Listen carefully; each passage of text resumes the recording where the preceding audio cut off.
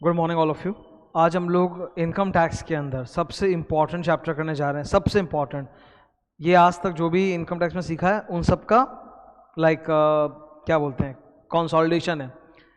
इस चैप्टर को पढ़ते वक्त बहुत कुछ सीखने को मिलेगा ना। एक दिक्कत जो होती है स्टूडेंट के साथ अक्सर, जैसे मैं जब स्टूडेंट था मैं तब की बात करता हूँ ना, कि मुझे पीछे का कुछ भी याद नहीं था। जो 5 एड्स ऑफ इनकम मैंने पढ़ लिया था, salary, house property, capital gains, PGBP, other sources, वो मुझे कुछ याद आ नहीं रहा था। और जब इस चैप्टर में गए तो इस चैप्टर के अपने अलग एक्स्ट्रा ज्ञान, नॉलेज तो है ही, तो वो प्लस पुराना 5 एड्स को मिलाकर सम्स में कैसे लगाना है वो मुझसे एकदम हो नहीं रहा था। और सॉल्यूशंस भी जो उसके होते हैं ना, जो खास तौर पे लंबे सम्स होते हैं, वो बहुत रैंडम होते हैं लंबे सम्स का सॉल्यूशन। तो मैंने पूरा उसको अपनी तरफ से ऑर्गेनाइज किया है और मैंने इंपॉर्टेंट टिप्स लिखे हैं कि कभी भी इसके ऊपर सम्स आए तो कैसे अप्रोच करना है। तो बिल्कुल भी मत घबराना, जो भी पुराना सब है जो इसमें लगेगा वो सब A to Z मैं बताते हुए चलूँगा। तुम इसको ऐसा सोचो कि ये तुम्हारे लिए फर्स्ट चैप्टर ही है। You don't need to sit and revise anything that you have done earlier. वो सब कुछ मैंने इसमें कवर किया। It has taken lot of time for me to create notes for this. एक एक चीज़ अच्छे से मैंने समझा के मांझ कर लिखा है। ओके, आओ एक बार तुमको मैं इसका लुक्स दिखा देता हूँ, फिर अपने आगे मूव ऑन करेंगे। ये नोट्स जो आप देख रहे हो ये टोटल 22 पेजेस के हैं। इसमें क्या क्या कवर्ड है सर? इसमें 9 पेजेस तक तो, जैसा कि आप देख रहे हो, 9 पेजेस तक तो पूरा टैक्स रेट्स, उसका पूरा A to Z, surcharge, marginal relief, everything, plus special income tax rates, plus important tips while doing a sum, और फिर सेट ऑफ एक चैप्टर याद है ना अपने को, सेट ऑफ। तो सेट ऑफ में intra head adjustment, inter head adjustment कैसे करते हैं उसका summary, all that is there in 9 pages. उसके बाद 10th पेज से स्टार्ट होता है क्वेश्चन एंड आंसर्स। इसमें I have included 6 question answers fully solve. पूरा सॉल्यूशन मैंने अपनी तरफ से पूरा एकदम उसको अच्छी तरह से मतलब क्या बोलते हैं, पूरा चेंज करके बनाया ताकि तुमको एकदम ईजिली समझ में आए। वो भी हम लोग डिस्कस करेंगे।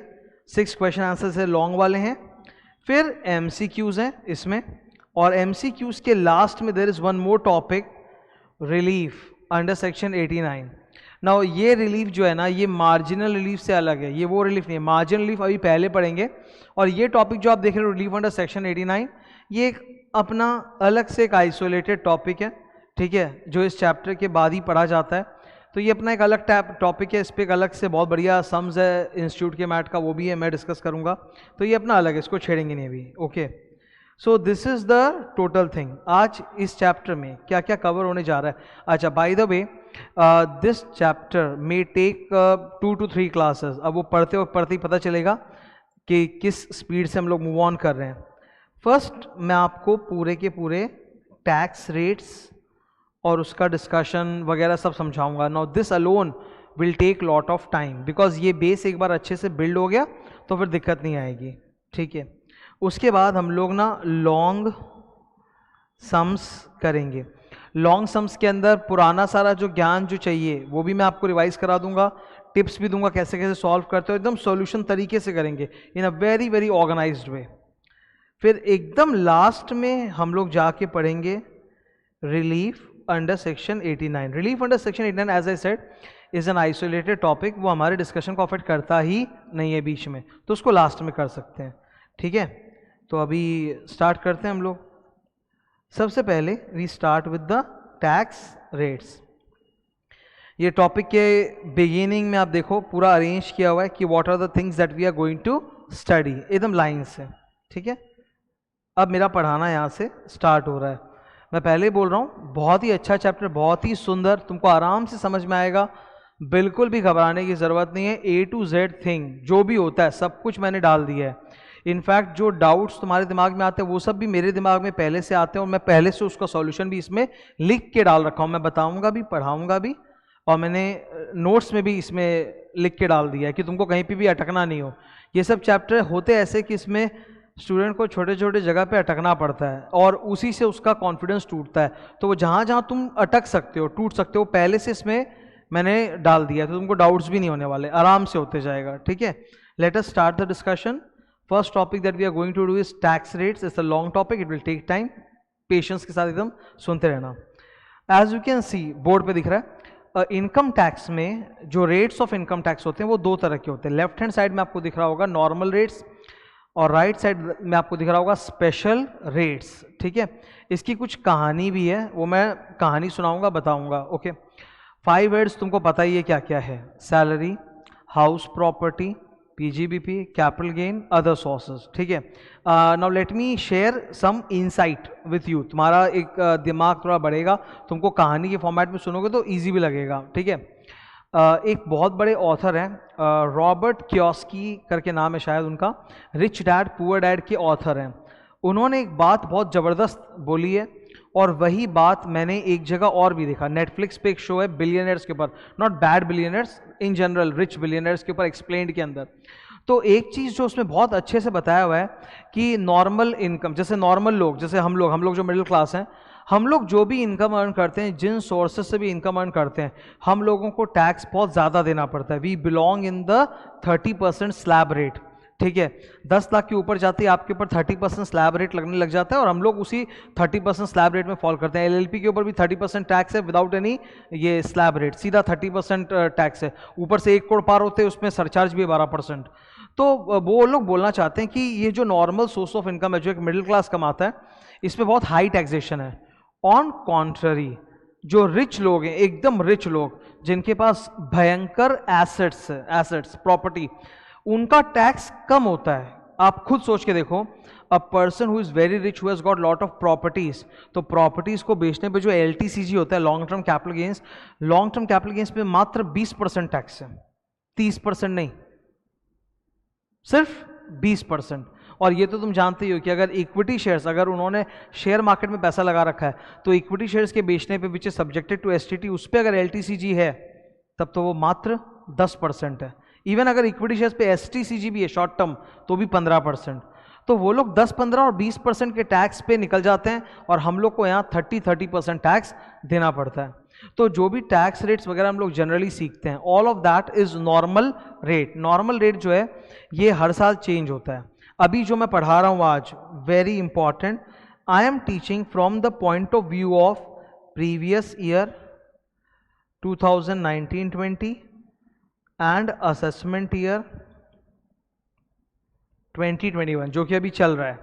ठीक है, ये जो अभी अपना पूरा कोरोना पीरियड चल रहा है, दिस इज असेसमेंट ईयर 2021, तो उसके हिसाब से हम लोग अभी पढ़ाई कर रहे हैं। ओके ना, ये देख लो clear, previous year assessment year, ये मुझे एकदम शुरू में बता देना चाहिए था। तो अब इधर आते हैं इसके ऊपर। नॉर्मल रेट्स वो होते हैं जो हर साल चेंज होते हैं, जो बजट में आता है। बजट को प्रॉपर लैंग्वेज में बोला जाता है फाइनेंस एक्ट। तो बजट में normal rates of tax change होते हैं। ठीक है, अभी जैसे 3 स्टेप्स चल रहा है स्लैब में, नए बजट में 5 स्टेप्स है, तो नेक्स्ट असेसमेंट ईयर में 5 स्टेप्स आ जाएगा। Okay, on the other hand there are some special income tax rates. Special income tax rates जो तुम जानते हो, जो भी मैंने तुमको कहानी सुनाई, एलटीसीजी पे 20%, इक्विटी शेयर बेचने पे अगर एलटीसीजी लिस्टेड कंपनी का तो 10%, STCG 15%, like that. Winning from lotteries वगैरह पे ना स्लैब का बेनिफिट होता है, ना डिडक्शन अंडर 6A मिलता है, उस पर सीधा 30% लगता है ना। तो ये सब हुए special income tax rates. Special income tax rates are given inside the act itself. Right side में स्पेशल रेट्स जो होते हैं वो डायरेक्टली आपके इनकम टैक्स एक्ट 1961 के अंदर ही सेक्शन के अंदर लिखे हुए होते हैं। तो सर हम लोग को पढ़ना कौन सा है? हम लोग को दोनों पढ़ना है। हमें नॉर्मल रेट वाला भी पढ़ना है, हमें स्पेशल रेट्स भी पढ़ना है। ज़्यादा समय मेरे को लगेगा नॉर्मल रेट पढ़ाने में एक बारी, फिर स्पेशल रेट में जाएंगे। स्पेशल रेट पढ़ना तो ईजी है। इंपॉर्टेंट बात यह है कि एक एग्ज़ाम में जब क्वेश्चन आएगा तो अभी क्या है ना, ट्रेंड एकदम चेंज हो रहा है। जो लंबे लंबे सम्स बनते हैं लाइक 20 मार्क 25 मार्क, उस तरह के सम्स अब नहीं आएंगे। ओके, इनकम टैक्स वगैरह में और जीएसटी ये दोनों डिवाइड करके पेपर, तो छोटे छोटे सम्स आएंगे। तो छोटे सम्स में चांसेस ऐसा है, जब वो लोग टैक्स कंप्यूटेशन का एक सम देंगे तुमको, they will put normal rate वाला items and they will put special rate वाला आइटम्स। आपको जो सम्स मिलेगा कि भाई ये बंदा है, इसका 5 हेड्स में ऐसा ऐसा इनकम है, ये इसका इन्वेस्टमेंट्स है, डिडक्शन अंडर 6 है, आप इसका कैलकुलेट करके बताइए इसकी टैक्स लायबिलिटी कितनी है। तो जनरली क्या होता है, किसी भी सम में they want to include special rate वाला आइटम्स ऑल्सो। जैसे आपका सम चल रहा है, बंदे को सैलरी इनकम है, हाउस प्रॉपर्टी है, PGBP, all that is fine. अचानक से एलटीसीजी है, या एलटीसीजी अंडर सेक्शन 112 है, या STCG है, इस तरह से आइटम्स आ जाएंगे, या विनिंग फ्रॉम लॉटरी है, विनिंग फ्रॉम गेम्स है। तो एक प्रॉपर सम जो आता है टैक्स कंपटीशन का, उसमें नॉर्मल रेट के साथ स्पेशल रेट्स वाले भी कुछ आइटम्स रहते हैं। तो सर उस वक्त जब एक सम्स में नॉर्मल रेट भी है और स्पेशल रेट वाले आइटम्स भी दिख रहे हैं, तो सर हम लोग टैक्स कैलकुलेट कैसे करेंगे? That is very very very confusing. तो उसका कोई उपाय है? हाँ है ना उपाय।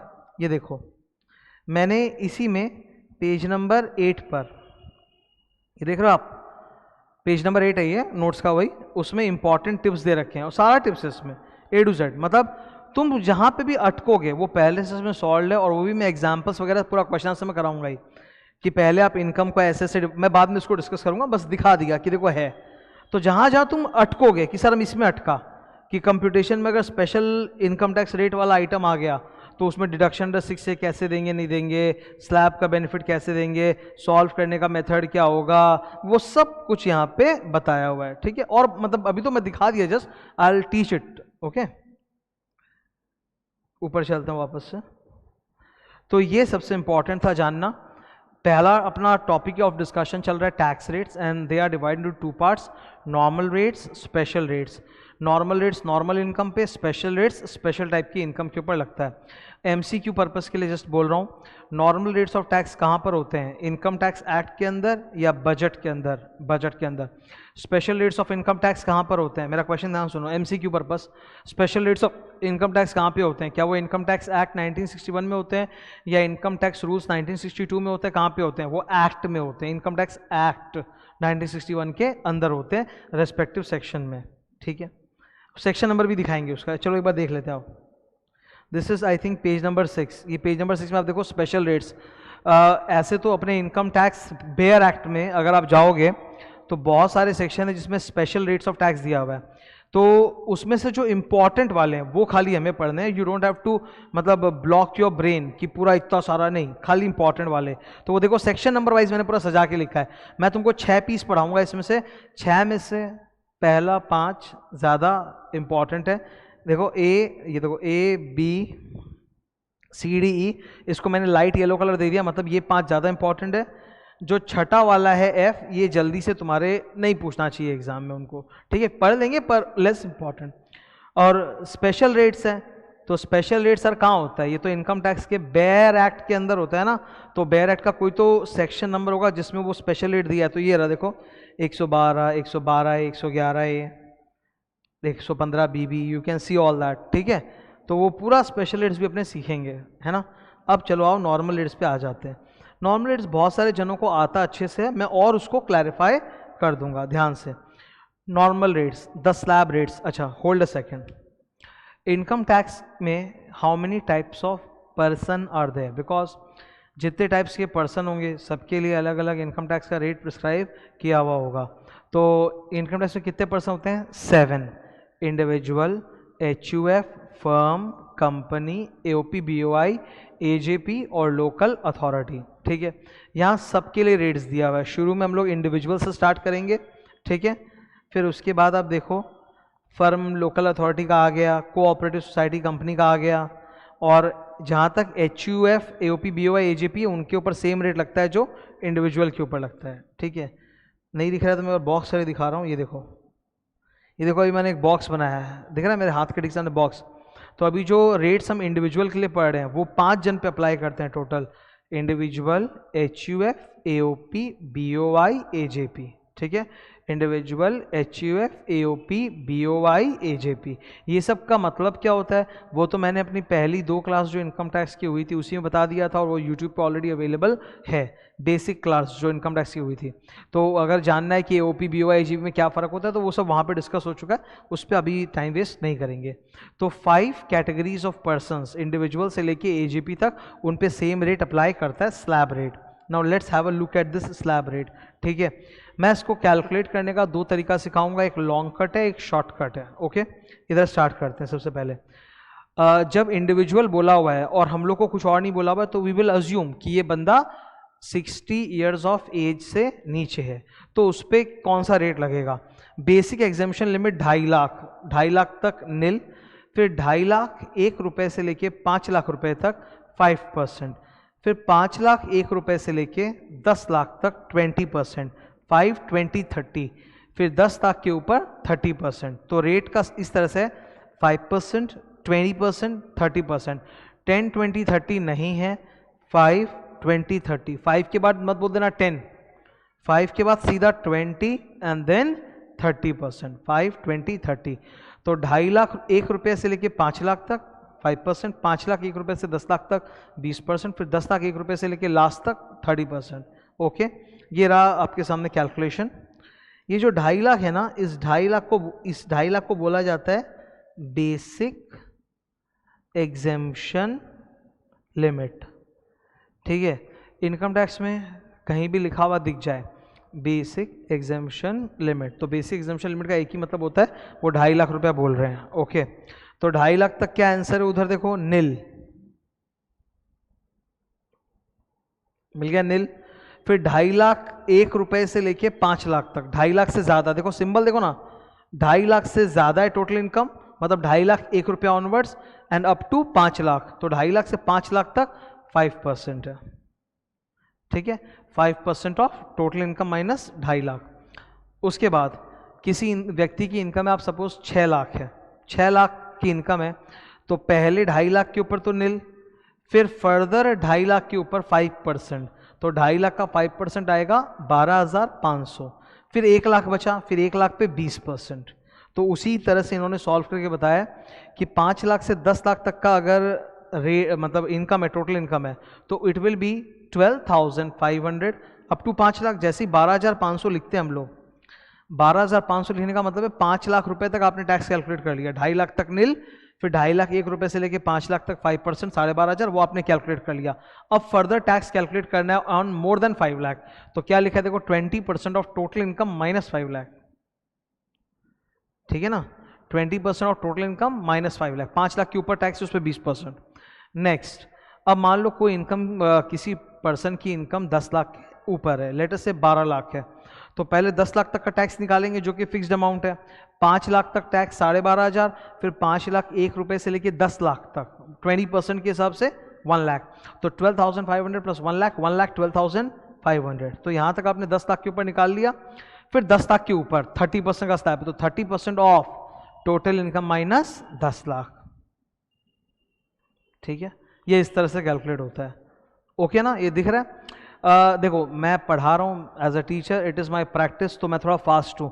किसी को लग रहा हो सर फास्ट है, इतना फास्ट कैसे बोला रहे, फास्ट कुछ नहीं, आधे 1 घंटा वेट करोगे, सम्स करोगे, तुम खुद फास्ट हो जाओगे, मेरे से भी ज़्यादा फास्ट दौड़ोगे। तो इसमें ऐसा कोई स्पीड वाली बात नहीं, don't think about the speed, you think about are you getting it और नॉट। इसको बोलते हैं, तुमने अगर कॉस्टिंग में कभी पढ़ा हो स्टेप फिक्स्ड कॉस्ट, तो ये वैसा ही है, स्टेप फिक्स्ड कॉस्ट कैसे स्लैब। ठीक है, 2.5 लाख तक नील, 2.5 लाख से 5 लाख तक 5%, 5 लाख से 10 लाख तक 20%, 10 लाख के ऊपर 30%। ठीक है, अच्छा एक व्यक्ति मान लो 14 लाख रुपए कमाता है, कितने, 14 लाख साल के, तो क्या 14 लाख के ऊपर स्ट्रेट 30% है, नहीं, तोड़ तोड़ के स्लैब। 14 लाख पे स्ट्रेट 30% नहीं कि सर 10 लाख के ऊपर 30%, नहीं, ऐसा नहीं है, वो इंसान है, एलएलपी नहीं। अब मेरी कोचिंग सेंटर एलएलपी है, एलएलपी में स्लैब नहीं होता, एलएलपी पे सीधा 30% होता है। ये देखो इधर 4 नंबर देख रहे हो, नीचे कर रहा हूँ थोड़ा, ये रहा, फर्म या LLP on the whole of total income 30% straight, कोई स्लैब लूप कुछ नहीं, सीधा। तो एलएलपी में अगर 14 लाख है तो 14 लाख का सीधा 30% लगेगा, सीधा 30%। लेकिन अगर आप मनुष्य हो, इंडिविजुअल, मेल फीमेल वटेवर, ठीक है, तो आपको स्लैब का फायदा है। अगर आप 14 लाख की आपकी इनकम है, टोटल इनकम है, TI not GTI, TI taxes calculated on TI not GTI, तो अगर आपका 14 लाख का टीआई है तो पहले 2.5 लाख तक, मन में सोचो ऐसे, पहले 2.5 लाख तक सर नील, फिर 2.5 लाख से 5 लाख 5%, 12,500, फिर 5 लाख 1 रुपए से 10 लाख तक 20%, तो 5 लाख का 20% 1 लाख, 1,12,500, फिर 10 लाख के ऊपर कितना है, 4 लाख, 4 लाख का 30% 12 लाख। ठीक है, तो it becomes 1,12,500 plus, sorry 12 lakh नहीं, 1,20,000, तो 1,12,500 प्लस 1,20,000, 2,32,500, उस तरह से निकाला जाएगा। ओके, सम्स करेंगे, it will be clear to you, कोई दिक्कत नहीं है। आओ एक सम्स करते हैं। सम्स सेकंड पेज में दिया हुआ है, mister x has a total income of 12 lakh, तो 10 लाख के ऊपर है, comprising of his salary income and interest on fixed deposits, ये बहुत ज़रूरी है हम लोगों के लिए जानना कि कोई भी व्यक्ति के सोर्स ऑफ इनकम क्या है, क्योंकि सोर्स ऑफ इनकम से पता चलेगा कि वो स्पेशल रेट है कि नॉर्मल रेट है। सैलरी इनकम पर नॉर्मल रेट रखता है, कोई स्पेशल रेट नहीं है। और वैसे ही इंटरेस्ट ऑन फिक्स्ड डिपॉजिट, उसके ऊपर भी नॉर्मल रेट है, उसके ऊपर भी कोई स्पेशल रेट नहीं है। तो ये दोनों के ऊपर ही नॉर्मल रेट्स लगेंगे, ठीक है। तो हमको अभी स्पेशल रेट के बारे में सोचना ही नहीं है, दोनों इनकम ही इस बंदे की ऐसी है कि जिसपे नॉर्मल रेट लगेंगे, स्पेशल रेट लगेंगे ही नहीं, है ना। तो अब कैलकुलेशन करते हैं। यहाँ दो मेथड्स है कैलकुलेशन करने के, एज यू कैन सी मैंने दोनों बताया, लॉन्ग मेथड, शॉर्ट मेथड। अभी शुरू में when you are starting with the calculation, then it is when you are starting with the calculation, at that point of time it is very easy to go by long method. तुम्हारा concept clear हो जाता है, तुम्हारा base build हो जाता है। But after few sums तुम आराम से इसमें शॉर्टकट में जा सकते हो, कारण कि हमारे एग्जाम में इतना छोटा सा कोई नुन्नू सा सम्स आएगा नहीं कि तुमको ऐसे करना पड़ेगा। It will be a big sum, there are many things to solve, तो you will not have time to write like this इतना लॉन्ग में, फर्स्ट ये सेकंड ये, ऐसा समय नहीं होगा। तो अपने सीधा शॉर्टकट में घुसेंगे, फॉर्मूला लगाएंगे, आराम से होगा, 2 मिनट का काम है, ठीक है। पर अभी क्योंकि स्टार्ट कर रहे हैं तो लॉन्ग भी करेंगे और शॉर्ट भी करेंगे। सबसे पहले लॉन्ग मेथड, बंदा कमाता कितना, 12 लाख, तो फर्स्ट 2.5 लाख तक नील, फिर 2.5 लाख के बाद जो नेक्स्ट 2.5 लाख है उस पर 5%, 12,500, ठीक है। फिर उसके बाद नेक्स्ट 5 लाख पे 20% है, 1 लाख। फिर उसके बाद 2 ही लाख बचा, क्योंकि 12 लाख का इनकम है, 10 लाख के ऊपर 2 लाख, तो 2 लाख पे 30%, 60,000 जोड़ दिया, 1,12,500 plus 60,000, 170 to 500। So that's the computation. तो शुरू में ये मेथड बहुत इजी लगता है, मुझे अभी का तो पता नहीं, पर पहले ICSE बोर्ड के अंदर, ICSE बोर्ड, उसके 10 के मैथमेटिक्स में और 11-12 के मैथमेटिक्स में भी इनकम टैक्स के सम्स कराए जाते थे। तो वहाँ पे यही वाला तरीका सिखाया जाता है छोटे क्लास में, कि फर्स्ट 2.5 लाख, फिर नेक्स्ट 2.5 लाख, फिर नेक्स्ट 5 लाख, फिर next 2 lakh, like that, okay.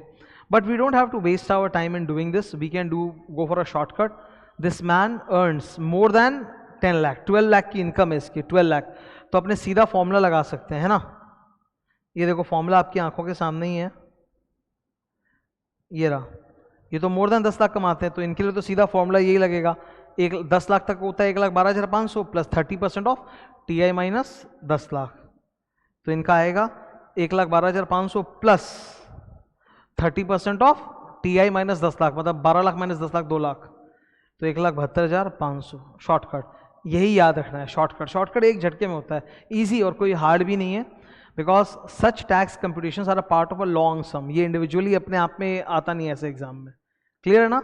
सो अभी अपने को लॉन्ग मेथड भी आया, लॉन्ग मेथड में first next next next last करके निकालेंगे, और शॉर्टकट मेथड में स्ट्रेट अप्लाई करके सॉल्व कर देंगे।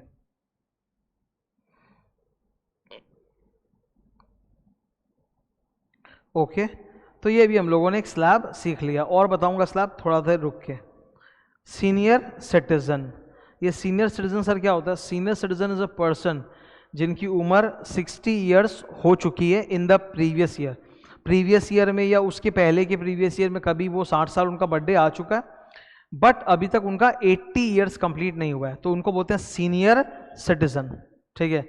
सीनियर सिटीजन मतलब जिन्होंने ड्यूरिंग द प्रीवियस ईयर या उसके पहले कभी उनका 60th बर्थडे आ चुका है। अच्छा, अब यहाँ पे गवर्नमेंट ने एक रिलैक्सेशन दिया, एक सर्कुलर लाया और एक गवर्नमेंट ने रिलैक्सेशन दिया। गवर्नमेंट ने बोला अगर मान लो प्रीवियस ईयर में किसी का बर्थडे 1 अप्रैल आता है,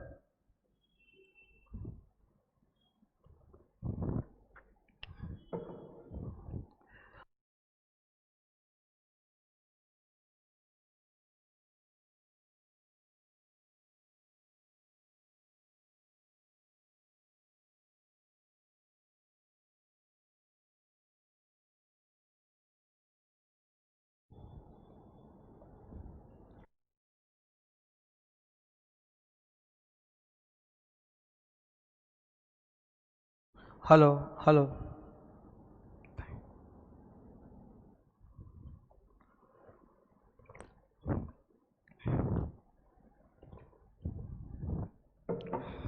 हाँ, तो सर किसको सीनियर मानेंगे किसको नहीं?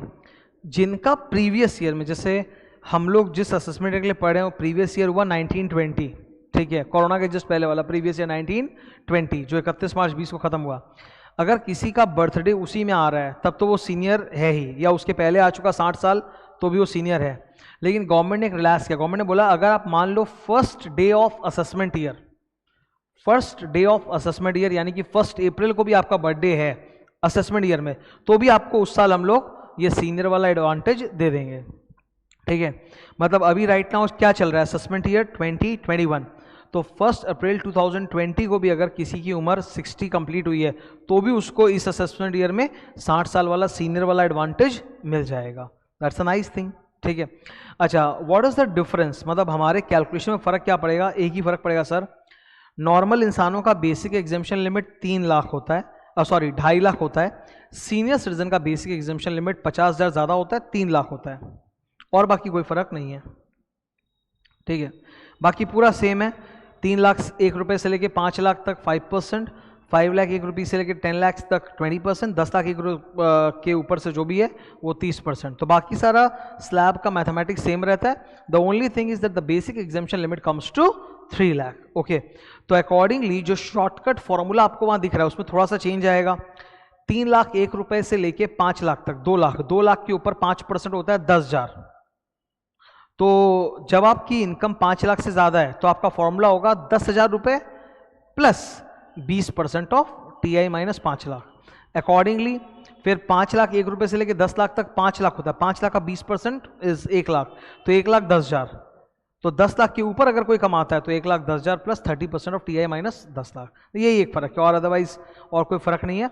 और मैं नहीं रेकमेंड करता कि तुम इसमें शॉर्टकट फॉर्मूला याद करो, सर वो तो हम बैठे बैठे एग्जाम हॉल में डिराइव कर लेगा। हमको बस एक ही बात याद रखना है कि इनका जो बेसिक एग्जामिशन लिमिट है वो 3 लाख है। अब सीनियर का भी बाप होता है सुपर सीनियर। मेरे घर में मेरी दादी माँ जो है, she is a super senior citizen. दादाजी बहुत जल्दी एक्सपायर कर गए थे, इस वजह से हम लोग की फैमिली बहुत बुरे समय से गुजरी थी। दादाजी जब 31 या 32 ईयर्स के थे तभी वो एक्सपायर कर गए थे। तो खैर दादी is a senior, super senior citizen, she is 80+। Super senior citizen को एडवांटेज क्या है, उनका अल्टीमेट फॉर्मूला जोरदार चेंज होता है। द रीज़न इज कि सुपर सीनियर सिटीजन जिनकी उम्र पिछले प्रीवियस ईयर या उसके पहले कभी 80 ईयर्स कंप्लीट हो चुकी है, या फिर यहाँ पर भी वही फंडा है, रिलैक्सेशन है कि first day of assessment year को अगर 80th बर्थडे आ रहा है तो भी आपको उस असेसमेंट ईयर में रिलैक्सेशन मिल जाएगा। नाउ इनका बेसिक एग्जामिशन लिमिट ही भयंकर है, 5 लाख। इनका जो बेसिक एग्जामिशन है वही 5 लाख है। तो एक तरह से आप देखो कि एक स्टेप ही पूरा का पूरा उड़ गया, इनका सीधा 2 ही स्टेप्स बचेगा, 20%, 30%। They are not into 5% at all. 5 lakh तक तो उनको सीधा बेसिक एग्जामिशन लिमिट बोल के हटा दिया। ठीक है, सीधा जिनके दिमाग में रिबेट अंडर सेक्शन 87A चल रहा है ना, उनसे मैं बाद में बात करूंगा, वो आएगा। Please don't try to compare rebate under 87A with this, maths पूरा अलग है उसका। ओके, सुपर सीनियर सिटीजन को रिबेट की जरूरत ही नहीं है। सुपर सीनियर सिटीजन जो है उनका स्ट्रेट अवे 5 लाख का बेसिक एग्जामिशन। अब 5 लाख के ऊपर कुछ भी कमाएंगे तो यू नो दैट 5 लाख 1 से लेके 10 लाख तक 20%, 10 लाख के ऊपर जाएंगे 30%। तो that is their calculation. Okay, तो वो उनका वैसे ही फॉर्मूला है। ये ब्लू कलर का जो बॉक्स तुम देख रहे हो, इसमें बेसिकली मैंने वही बताया जो सर्कुलर आया था कि सीनियर और सुपर सीनियर्स के लिए अगर first day of assessment year को भी उनका बर्थडे 60 या 80 का आता है तो उस असेसमेंट ईयर से उनको फायदा मिल जाएगा। यहाँ पर कुछ टैक्स रेट्स और दिए हैं अदर टाइप्स ऑफ पर्सनस के लिए। ये हमें पढ़ना ज़रूर है कि MCQ के लिए आ सके तो ठीक है, वरना सम्स में मैं बोल रहा हूँ उतना काम नहीं आता है। ठीक है, एक रीज़न है उसका मैं बता देता हूँ। इंटर लेवल पर जो भी टैक्स कंप्यूटेशंस होते हैं वो ज़्यादातर इंडिविजुअल के होते हैं, जो अभी हम लोग पढ़ के आए। ठीक है, और जब आप फाइनल लेवल में मूव कर जाते हो ना, फाइनल में इंडिविजुअल से मतलब ही नहीं, उनको मरे इंडिविजुअल। फाइनल वालों को सिर्फ मतलब होता है कॉर्पोरेट से, तो उनके लिए कॉर्पोरेट्स वाला जो रेट है ज़्यादा इंपॉर्टेंट है, वो तुम्हारे लिए इंडिविजुअल ज़्यादा इंपॉर्टेंट है। ठीक है, फिर भी पढ़ना तो सभी हम लोग को। सर फर्म LLP पे क्या रेट चल रहा है? No slab sir, straight 30%। Great. Local authority मतलब म्यूनिसिपैलिटी भी पे भी इनकम टैक्स है क्या? हाँ, हालांकि उनको बहुत सारे एग्जामिशन है, ऐसे लिया फिर वहाँ से हटा दिया, सिंपल सी बात है। पर म्यूनिसिपल अथॉरिटी, म्यूनिसिपल वगैरह को भी टैक्स है, उन पे भी स्ट्रेट 30% का स्लैब है। अब कोऑपरेटिव सोसाइटी, कोऑपरेटिव सोसाइटी में जबरदस्ती स्लैब डाला गया, कोई सेंस बनता नहीं है। इनके स्लैब का रेंज होता है 10,000 20,000, क्या हो जाएगा उससे बताओ मेरे को? Is that any income? 10,000 20,000 साल का टोटल इनकम, उस पर स्लैब बना दिया कि अगर 10,000 तक टोटल इनकम है तो नील, 10,000 से 20,000 के बीच में है तो 10,000 तक है तो 10%, 10,000 से 20,000 तक है तो 20%, 20,000 के ऊपर है तो 30%। अब तुम ही देखो, ये 10,000 और 20,000 का जो ब्रेक है जिसपे स्लैब है, इट डज नॉट मैटर। ये कोई कमाई थोड़ा ना हुई, 10-20,000 साल का अगर कोऑपरेटिव का कमाई है तो it's nothing. Frankly they will go in 30% only. तो ये भी इन्होंने बेवकूफ़ी की तरह बना रखा है, कोई ज़्यादा बनता नहीं इसका कुछ। वन घिसापटा लॉजिक इज देयर, वन घिसापटा logic that we can give is, एक फालतू का लॉजिक कि कोऑपरेटिव सोसाइटी अपने लिए काम नहीं करता, अपने मेंबर्स के लिए काम करता है, तो ideally it is not suppose to have any income, that is why this has come. But all this explanation is like over stretching logic को ना आप अति मत खींचो, ठीक है, नो पॉइंट इन दैट। फिलहाल याद करने के लिए, टोटल इनकम अगर 10,000 तक है तो 10%, 10,000 1 रुपये से लेके 20,000 तक है तो पहले वाले 10,000 का तो 10% 1,000 रुपया प्लस 20% ऑफ TI माइनस 10,000। फिर उसके बाद जाके अगर 20,000 के ऊपर है तो पहले 20,000 का टैक्स कितना का निकाल लो। फर्स्ट 10,000 का आएगा 10% 1,000, नेक्स्ट 10,000 का 20% कब से आएगा 2,000, तो 1,000 plus 2,000 3,000, 3,000 plus 30% of TI minus 20,000।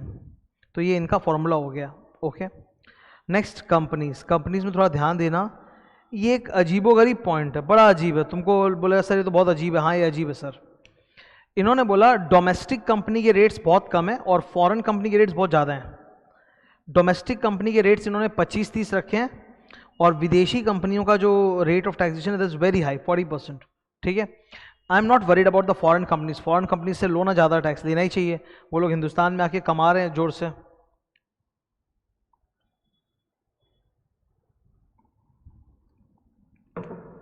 अगर कोई विदेशी कंपनी कमाती है तो उससे ज़्यादा टैक्स देना ही चाहिए, और ये हमारा नियम नहीं है कोई हिंदुस्तान का, हर देश यही करता है, ठीक है। Everywhere this is same thing. आप अगर आज कहीं विदेश में भी जाओगे तो उनके वहाँ के जो सिटीजन्स रहेंगे उनके लिए अलग रेट होता है और इंडियंस लोग के लिए एक अलग रेट होता है, ठीक है। गोरों को खाली बस हम लोग से शिकायत रहती है कि हमारे यहाँ ऐसा है वैसा है, बट हर जगह दुनिया में वही फंडा है, ठीक है। तो फॉरेन कंपनी से आप 40% लो, कोई दिक्कत नहीं। डोमेस्टिक कंपनी में एक अलग सा ही फंडा है कुछ, वो क्या है मैं दिखाता हूँ। इन्होंने डोमेस्टिक कंपनी में सब आएगा, डोमेस्टिक मतलब basically in Indian company, private public सब आएगा उसके अंदर। इन्होंने बोला आप 17-18 में जाओ, मतलब हमको यहाँ पढ़ना है असेसमेंट ईयर 2021, पर बोलता नहीं आप पहले जाओ, you go to previous year this, previous year 17-18, अब तब में चले जाओ। अगर प्रीवियस ईयर 17-18 में उस कंपनी का टर्नओवर या ग्रॉस रिसिट 400 करोड़ के अंदर है, अगर प्रीवियस ईयर 17-18 में वो कंपनी थी एग्जिस्टेंस में, मतलब it existed that point of time 17-18 previous year, और उसमें उसका टर्नओवर 400 करोड़ के अंदर है, तो उसको 25% ही लगेगा सिर्फ।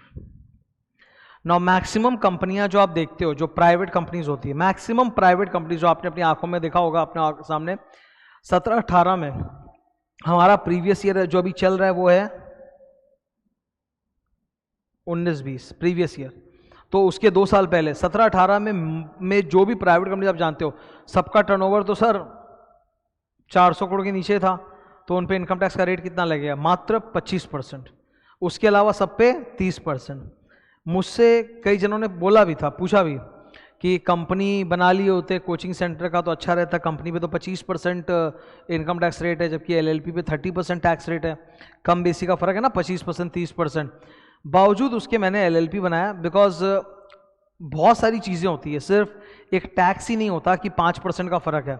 देर are lot of things in company and difference in LLP। जैसे कंपनी से अगर मुझे पैसा ड्रॉ करना है तो बहुत मुश्किल है, it can only be in the form of dividend. तो फिर जब भी मुझे पैसा निकालना होता कंपनी से, I would have to announce dividend, और डिविडेंड पे आपको मालूम है जोरदार CDT लग जाता, तो वहीं पे सारा हिसाब किताब खराब हो जाता। जबकि LLP पे कोई प्रॉब्लम नहीं। एलएलपी में अगर प्रॉफिट उठाना है तो आप उठा लो आराम से, इट इज ड्रॉइंग्स। एलएलपी से अगर मैं प्रॉफिट अपना ड्रॉ करके घर ले जा रहा हूँ शेयर प्रॉफिट, तो इट इज ड्रॉइंग्स, उस पर कोई सीडीटी कॉर्पोरेट डिविडेंड टैक्स नहीं लगेगा। तो एलएलपी के अपने फायदे हैं। एलएलपी में स्ट्रक्चरल जो एक काम करने का तरीका, दैट इज वेरी इजी। अब जैसे जब when I started this LLP, only me and Vikas were partners, later on mummy was also added as a partner, profit sharing ratio were changed, all of that happened। तो LLP में ये सब करना बहुत easy होता है, company में ये सब करने में बहुत स्ट्रक्चरल फॉर्मेलिटीज है। सो आई प्रेफर्ड एलएलपी। आज भी आप जितने भी प्रोफेशनल लोगों से मिलोगे जो कि प्रैक्टिस करते हैं, उनसे अगर आप पूछोगे सर हमको धंधा चालू करना है, ऐसा ऐसा बिजनेस है, क्या करें, कंपनी प्राइवेट कंपनी करें कि LLP, most of them will recommend you कि एलएलपी करो। एलएलपी में स्ट्रक्चरल कंप्लायंसेस कम होते हैं और वहाँ पे मतलब काम करने का तरीका बहुत इजी हो जाता है, ठीक है। तो मीटिंग्स नहीं करनी पड़ती, कंपनी खोलोगे बोर्ड मीटिंग चाहिए, फलाना मीटिंग चाहिए, ढिमका मीटिंग चाहिए। एलएलपी में उतना स्ट्रक्चर नहीं होता, इट्स ईजी, ठीक है। तो कमिंग बैक टू दिस, अगर आप डोमेस्टिक कंपनी का टैक्स कैलकुलेशन कर रहे हो और उनका प्रीवियस ईयर 17-18 में टर्नओवर 400 करोड़ के अंदर था, तब सिर्फ 25%, अदरवाइज 30%, और विदेशी कंपनी है तब तो 40%, ठीक है। अब हम लोगों के डिस्कशन में इंडिविजुअल के टैक्स रेट्स तो आएंगे, मैं बता रहा हूँ, ये सब हमारे डिस्कशन में फर्दर आगे जाके अब नहीं आने वाला, बस जो हो गया सो हो गया। तो इस तरह से 7 टाइप के पर्सनस का यहाँ पे रेट्स दिया हुआ है। इंडिविजुअल, ध्यान सुनो, individual, HUF, AOP, BOI, AOP BOI एक ही होता है, एजेपी एक ही होता है, मतलब 7 पर्सन में वो एक ही साथ है एओपी बीओआई। तो 4 जन का जो रेट है वो तो स्लैब है। फर्म के लिए रेट आपको दिख रहा है ग्रॉस 30%, कंपनी के लिए भी रेट आपको दिख रहा है कि वहाँ पे 25-30 है, और फॉरेन है तो 40, और लोकल अथॉरिटी के लिए भी बोला स्ट्रेट 30%। वो 7 पर्सनस के अलावा इन्होंने अलग से एक रेट दिया है, वो है कोऑपरेटिव सोसाइटी का। तो कोऑपरेटिव में इन्होंने 10,000, 20,000 और 30,000, 10,000, 20,000 का एक स्लैब बना दिया, 10%, 20%, 30%। So that was the discussion of rates. अब रेट्स से थोड़ा आगे बढ़ेंगे क्योंकि हमें और भी चीज़ें सीखनी है, सरचार्ज वगैरह। आओ, बिफोर गोइंग इनटू सरचार्ज और रिबेट और marginal relief, it is necessary to understand कि टैक्स कंप्यूटेशन में कितने एलिमेंट्स आते हैं। सबसे पहले आप बेसिक टैक्स कैलकुलेट कर लो। बेसिक टैक्स मतलब ऊपर जो रेट्स दिए हुए उसको अप्लाई करो, और अगर आपके यहाँ LTCG, STCG, winning from lottery है तो उस पर भी जो स्पेशल रेट ऑफ इनकम है वो भी लगा के स्पेशल रेट ऑफ टैक्स निकाल के वो भी निकाल लो। तो that is basic tax. Basic tax में आपको नॉर्मल रेट्स वाले भी लेने हैं प्लस स्पेशल रेट्स वाले भी लेने हैं। नॉर्मल रेट्स वाला जो टैक्स आ रहा है वो भी ले लो, और आपके यहाँ अगर कोई स्पेशल इनकम है उस पर स्पेशल रेट है तो वो भी आप निकाल के ले लो। अब आप ऐड करो सरचार्ज या लेस करो रिबेट अंडर सेक्शन 87A। तो सबसे पहले मैं रिबेट दिखा देता हूँ आपको। ये आपको छोटा सा एक बॉक्स दिख रहा होगा, रिबेट अंडर सेक्शन 87A। इसकी थोड़ी सी कहानी है, हल्की से बता देता हूँ, याद रहेगा, इससे अच्छा रहेगा। आज से तकरीबन 1.5-2 साल पहले, मैं बात कर रहा हूँ फरवरी 2019 की, है ना, फरवरी 2019, 2019 में चुनाव हुए थे, बीजेपी फिर से जीत के आया था, याद है ना। 2019 पिछले साल ही इलेक्शन हुआ था, कोरोना की वजह से भूले हम लोग ना। 2019 में इलेक्शन हुआ, बीजेपी गवर्नमेंट फिर से पावर में आया, उसके जस्ट पहले का बात है। तो इलेक्शन का साल था 2019, सेंट्रल इलेक्शन। तो इलेक्शन के जस्ट पहले फरवरी महीने में, फरवरी या जनवरी में जब बजट आया था इसका, तो उस वक्त जो रेलवे मिनिस्टर थे CA Piyush Goyal, he is the railway minister. तो क्योंकि अरुण जेटली जी की शायद तबीयत खराब थी, तो पीयूष गोयल ने ही बजट पेश किया था। अब इलेक्शन वाला साल था तो आम जनता, मिडिल क्लास को तो खुश करना ज़रूरी है, तो उन्होंने अनाउंस कर दिया कि अगर कोई व्यक्ति 5 लाख तक कमाता है तो उस पर कोई टैक्स नहीं है, 5 लाख तक कमाता है कोई टैक्स नहीं है। और बार बार बोला था, और उसको न्यूज़ में बार बार चलाया गया था। ये बात हो रही है आज से मतलब 1.25-2 साल पहले, फरवरी में बजट जब आया था, फरवरी 2019 में। तो सबको ऐसा लगा कि भैया अब तो जो 2.5 लाख की वो बेसिक एग्जेम्पशन लिमिट है वो 2.5 लाख से हट के सीधा 5 लाख हो जाएगी। पर इन्होंने बहुत गेम खेला, बोला नहीं वो वही रहेगा, 2.5 लाख ही रहेगा, ठीक है। इन्होंने क्या किया, they came out with the concept of rebate under section 87A। क्या हुआ कि जब 2019 में फाइनली इलेक्शन हो गए तो Nirmala Sitharaman ji, she became the finance minister. तो अरुण जेटली जी का तो तबीयत खराब था, तो Nirmala ji became the finance minister. उन्होंने बजट निकाला, वही बोला कि 5 लाख तक कोई टैक्स नहीं देना पड़ेगा, पर बेसिक एग्जेम्पशन में 2.5 लाख ही रहेगा। कहने का मतलब है अगर आप 5 लाख तक कमाते हो तो पहले हम आपका टैक्स कैलकुलेट करेंगे। अगर कोई बंदा .5 लाख कमाता है तो उसका टैक्स कितना आएगा? 12,500, 5%। पहला 2.5 लाख नील, फिर 2.5 लाख 1 रुपए से लेके 5 लाख तक, it comes to this 2.5 lakh का 5%, 12,500। तो इन्होंने बोला अगर आप 5 लाख तक कमाते हो तो आपका जो भी टैक्स आएगा अप टू मैक्सिमम 12,500, उससे ज़्यादा आ भी नहीं सकता, वो आपका माइनस कर देंगे लेस रिबेट और उसको जीरो कर देंगे। तो उसको जीरो कर देंगे, रिबेट हो जाएगा। ठीक है, ग्रेट। लेकिन सर अगर आप 7 लाख कमाते हो, 8 लाख कमाते हो, 9 लाख कमाते हो तो बोला तुम्हारे लिए रिबेट नहीं है। 7 लाख, 8 लाख, 9 लाख वाले आप लोग के लिए पीयूष गोयल जी से, निर्मला जी से आप लोग कोई मतलब है ही नहीं। उनका वो जो 5 लाख का जो उन्होंने बोला था वो आपके लिए अप्लाई ही नहीं करता। ठीक है, अगर आप 7 लाख कमाते हो तो 2.5 लाख तक नील, फिर 2.5 लाख 1 रुपए से 5 लाख तक 12,500 देना पड़ेगा, फिर 5 लाख 1 रुपए से 7 लाख तक 20% देना पड़ेगा फॉर यू। वो जो सुपर अनाउंसमेंट आया था वो अप्लाई नहीं करेगा।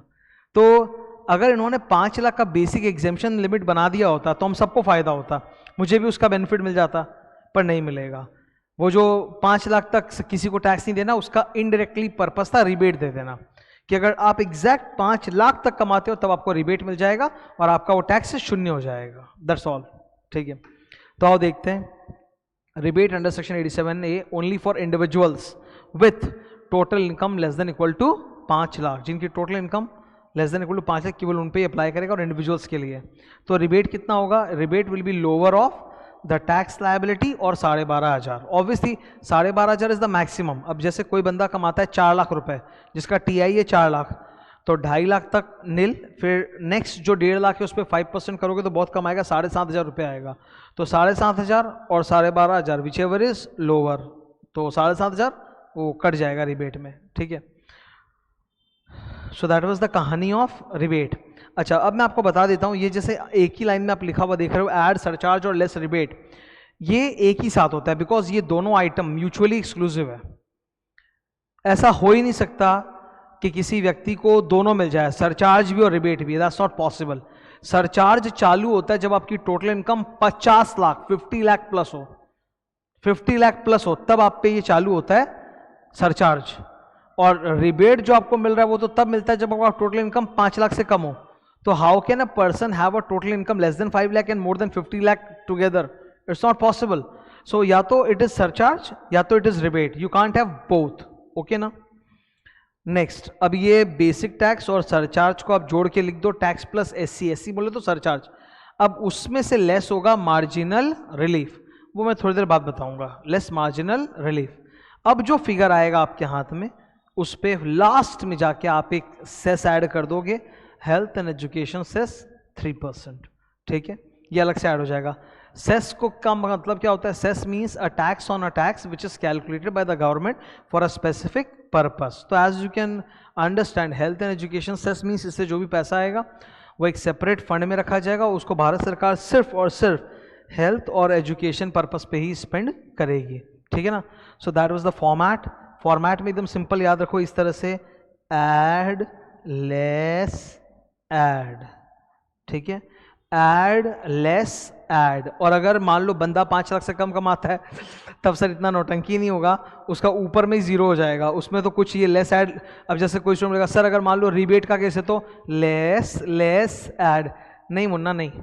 अगर रिबेट का केस है ना तो ऊपर में वो नील हो जाएगा, उसके बाद ये मार्जिनल रिलीफ और हेल्थ एजुकेशन से आएगा ही नहीं। ओके, मैं बता रहा हूँ, एकदम ध्यान से सुनते चलो। तो general format of tax calculation कैसा होता है? Add less add. ऐड क्या? सरचार्ज। लेस क्या? Marginal relief. ये भी किसी में होगा किसी में नहीं होगा। और फिर लास्ट में ऐड क्या? 4% सेस। ये हर में जगह पे होगा, जहाँ भी टैक्स का कुछ अमाउंट आएगा वहाँ होगा ही। ठीक है ना? एक एक करके अब सब कुछ सीखते हैं। सबसे पहले रिबेट सीखा, now it's the time for surcharge. अब सरचार्ज सीखेंगे। सरचार्ज को याद करने में बहुत मेहनत है।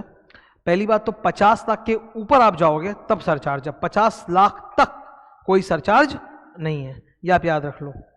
आपकी कहानी शुरू होगी यहां से। I will draw box for you.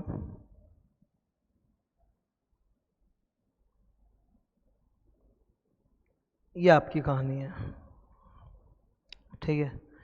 आप 50 लाख से ज़्यादा कमाते हो 1 करोड़ तक 10% सरचार्ज, 1 करोड़ से ज़्यादा कमाते हो 2 करोड़ तक 15% सरचार्ज, 2 करोड़ से ज़्यादा कमाते हो 5 करोड़ तक 25% सरचार्ज, 5 करोड़ ज़्यादा कमाते हो 37% सरचार्ज, ठीक है।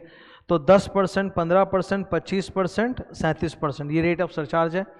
ये क्या एग्जाम में दिया हुआ रहेगा? No no no no no, they may not, you are suppose to learn it. 10, 15, 25, 37, 10, 15, 25, 37, ठीक है। यहाँ पे कोई भी मैथमेटिकल कनेक्शन नहीं है, सिंपल याद रखना है 10, 15, 25, 37। और इधर रेंज क्या है? 50 lakh, 1 crore, 2 crore, 5 crore, 50 lakh, 1 crore, 2 crore, 5 crore, that is the rate of surcharge. I will show one thing to you जिससे और क्लैरिटी आ जाएगा। ये देखो इधर एक व्यक्ति है,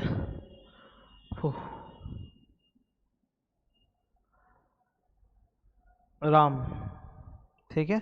एक व्यक्ति है राम, ये इसकी टोटल इनकम है, टोटल इनकम 0 से 5 लाख तक है। अगर टोटल इनकम 0 से 5 लाख तक है तो इसको सरचार्ज देना पड़ेगा कि रिबेट मिलेगा? रिबेट, इस बंदे को तो रिबेट मिल जाएगा, रिबेट अंडर सेक्शन 87A, तो टैक्स और 12,500 विच एवर इज लोअर। अच्छा, अगर ये 50 लाख से ज़्यादा कमाता है अप टू इन्फिनिटी, वो इन्फिनिटी का सिंबल है, तो 50 लाख से इन्फिनिटी तक रिबेट का तो सवाल ही नहीं उठता, वहाँ क्या होगा? सरचार्ज, तो add surcharge. Now think about a person जो 5 लाख और 50 लाख के बीच में, उसके लिए ज्ञान है नॉट एप्लीकेबल। जो बंदा इस रेंज में, जो बंदा इस रेंज में, कौन सा रेंज है? 5 लाख से लेकर 50 लाख तक का रेंज में, ना तो रिबेट है ना सरचार्ज। तो हम लोगों ने भी एक सम्स किया था, उस सम्स में 12 लाख थी इनकम, तो 12 लाख के ऊपर 12 लाख है तो 5 लाख के ऊपर है रिबेट नहीं, और 50 लाख के नीचे तो सरचार्ज भी नहीं। तो आई होप इससे ये क्लियर हो गया हो अमाउंट वाले लाइन से। 5 लाख तक रिबेट है, 5 लाख से 50 लाख तक कुछ भी नहीं है, और फिर 50 लाख के बाद जाओगे तो सरचार्ज है, ठीक है ना। अभी एक बार केवल ये सरचार्ज का टेबल देखेंगे, अलग अलग हमें ये दिया हुआ है, क्या नाम है तुम्हारा, सरचार्ज का रेट्स, वो गो थ्रू करेंगे अभी, बस यही करेंगे, ठीक है। तो ऊपर देखो ये 5 तरह के लोग होते हैं जिनका स्लैब रेट है, individual, HUF, AOP, BOY, AJP। इनको सरचार्ज कब से चालू होता है? 50 लाख क्रॉस करने के बाद चालू होता है। तो 50 लाख क्रॉस किया तो 10%, 1 करोड़ क्रॉस किया तो 15%, 2 करोड़ क्रॉस किया तो 25%, 5 करोड़ क्रॉस किया तो 37%। It's that, okay. Now listen to me, यहां पे कोई स्लैब नहीं है, यहां पे कोई स्लैब नहीं है। मतलब अगर कोई बंदा 6 करोड़ उसका टोटल इनकम है, 6 करोड़ टोटल इनकम है, तो आप उसका टैक्स निकालोगे? 6 करोड़ टोटल इनकम में तो टैक्स निकाल लो आप, जो भी आता है उसका, वही 2.5 लाख तक नील, फिर 1,12,500 प्लस 5 करोड़ 90 लाख पर 30%। अब उसके ऊपर जो सरचार्ज है स्ट्रेट 37% है। सरचार्ज में ये ज्ञान नहीं होता, सरचार्ज में वो स्लैब वाला इफेक्ट नहीं आएगा कि 50 लाख से 1 करोड़ तक आप पे हम सरचार्ज लेंगे, उस अमाउंट पे 10%, फिर 1 करोड़ से 2 करोड़ 15%, ना। आपकी टोटल इनकम कितनी है? 6 करोड़ है ना, 5 करोड़ से ऊपर है, तो जो भी आपका टैक्स आएगा उस पर स्ट्रेट 37% सरचार्ज। तो don't think of it like slab का फायदा मिलेगा, ऐसा यहाँ वैसा वो चक्कर नहीं है स्लैब वाला, ठीक है। यहाँ सीधा आपकी रेंज देखेंगे, आप किस रेंज में फॉल करते हो, तो आप सीधा एक कैटेगरी में फॉल करते हो। अगर आप 6 करोड़ कमा रहे हो तो आप सीधा इसमें फॉल करते हो, तो आपका जो भी टैक्स आएगा उस पर स्ट्रेट 37% सरचार्ज लगेगा, ठीक है। अच्छा, फर्म LLP का तो बहुत गंदा हिसाबदार है, इन लोग पे 30% ऐसे ही स्ट्रेट टैक्स था, और अब ये भी डाल दिया सरचार्ज। 1 करोड़ क्रॉस होते ही 12% सरचार्ज है। कंपनी में फिर फायदा है, देख लो, कंपनी में फिर फायदा है। कंपनी में 2 स्लैब कर रखे हैं, 1 करोड़ और 10 करोड़। 1 करोड़ से 10 करोड़ के बीच में तो दे हैव दिस 7%, 10 करोड़ के ऊपर है तो 12%। तो यहाँ पे 10 करोड़ पार होने पर 12% है, और LLP में तो 1 करोड़ के ऊपर ही 12% ले लिया था। LLP में 1 करोड़ क्रॉस होती है 12%, जबकि डोमेस्टिक कंपनी में 10 करोड़ क्रॉस होने पे 12%, वरना 7% सरचार्ज। तो सरचार्ज का भी बेनिफिट है डोमेस्टिक कंपनी को। फॉरेन कंपनी में क्योंकि टैक्स रेट बहुत हाई था, 30 के बदले 40 था, तो इसीलिए सरचार्ज का रेट यहाँ पे कम कर दिया 2 और 5, ठीक है। फॉरेन कंपनी का टैक्स रेट ज़्यादा होता है तो सरचार्ज कम कर दो 2 और 5, फिर भी उनका ओवरऑल ज़्यादा ही आएगा सॉल्व होके, ठीक है। That is the surcharge rate for you. ये क्लियर हुआ। नाउ सरचार्ज से कनेक्टेड एक टॉपिक है marginal relief. This topic is connected to surcharge, ठीक है। ये कोई अलग से टॉपिक नहीं है। Marginal relief is like connected with surcharge. ये होता क्या है मैं समझा रहा हूँ। इंडिविजुअल्स पे अभी आपने देखा कि सरचार्ज की रेट क्या है, 50 लाख, 1 करोड़, 2 करोड़, 5 करोड़, और सरचार्ज का रेट है 10%, 12%, 10%, 15%, 25%, 37%। कितना भयंकर रेट है। इससे एक प्रॉब्लम होती है। प्रॉब्लम क्या होती है? सपोज कोई व्यक्ति रेंज में ज़रा सा कमा ले, मतलब 50 लाख, एक देखो इधर 50 लाख, 1 करोड़, 2 करोड़, 5 करोड़, अगर वो इस रेंज से थोड़ा सा ज़्यादा कमा ले तो वो तो सीधा सरचार्ज के हायर रेंज में चला जाएगा। Let us understand this through an illustration. Okay, अपने एक इलस्ट्रेशन लेके बात करते हैं, it will be better for us.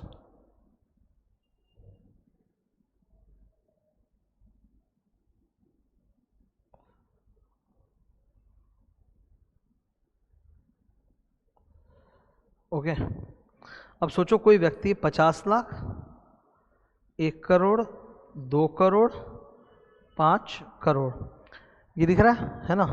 50 lakh तक अगर रहता तो नो सरचार्ज। 50 लाख से ज़रा सा मार्जिनली ऊपर चला जाए, 51 लाख रुपए कमा ले, कितना कमा ले? 51 लाख रुपीस, तो इमीडिएटली उनको सरचार्ज देना पड़ेगा एट द रेट ऑफ 10%। तो और 10% ये नहीं कि 50 लाख से जितना ऊपर है उस पर, नहीं, वो 10% पूरे टैक्स अमाउंट पे होता है फिर, ठीक है। जो भी उनका पूरा टैक्स अमाउंट है उसके ऊपर पूरा देना पड़ता है फिर, निकाल के सॉल्व करके surcharge 10%, which is high. 1 crore तक है तो सरचार्ज है 10%। 1 करोड़ से ज़रा सा ऊपर अगर चला गया वो मार्जिनली तो रेंज चेंज हो जाएगा सीधा 15%। 2 करोड़ तक है तो 15%, जरा सा ऊपर चला गया 25%। 5 करोड़ के अंदर है 25%, 5 करोड़ से ज़रा सा ऊपर चला गया 37%। तो मतलब ये जो रेंज बनाए हुए हैं 50 lakh, 1 crore, 2 crore, 5 crore, if somebody has a total income which is marginally higher than these 4 figures, then they will end up moving to a higher surcharge rate. They will move to a higher gross surcharge rate, 10, 15, 25, 37 ऐसे। तो उसमें ऐसा कुछ हो रहा था कि जब मैथमेटिकली सॉल्व किया गया तो पाया गया कि बंदे की जो 50 लाख से ज़रा सी इंक्रीज है, बल्कि वो कम है, और उसकी वजह से जो सरचार्ज देना पड़ा है that is more, that is too much. तो हमारी सरकार ने क्या बोला? सरकार ने बोला कि कुछ भी हो जाए, ये जो आप जरा सा ज़्यादा कमाए, स्लाइटली ज़्यादा कमाए, या 50 लाख, 1 करोड़, 2 करोड़, 5 करोड़ से, due to this slight excess income, whatever additional tax you have to pay due to this slight, ये जो थोड़ा सा अपने को ज्यादा देना पड़ रहा है ना, इसको बोलते हैं slight excess income. Slight excess income over the range of 50 lakh, 1 crore, 2 crore, 5 crore. तो गवर्नमेंट बोली ये जो स्लाइट एक्सेस इनकम है, इस पर जो आपको एडिशनल टैक्स और निकल के आ रहा है, that cannot be more than the excess income। तो जितना आपका इनकम बढ़ा है उससे ज्यादा तो एडिशनल टैक्स आपको नहीं देना पड़ेगा। So they came up with a formula, marginal relief. बोला additional tax due to slight marginal excess income over 50 lakh, 1 crore, 2 crore, 5 crore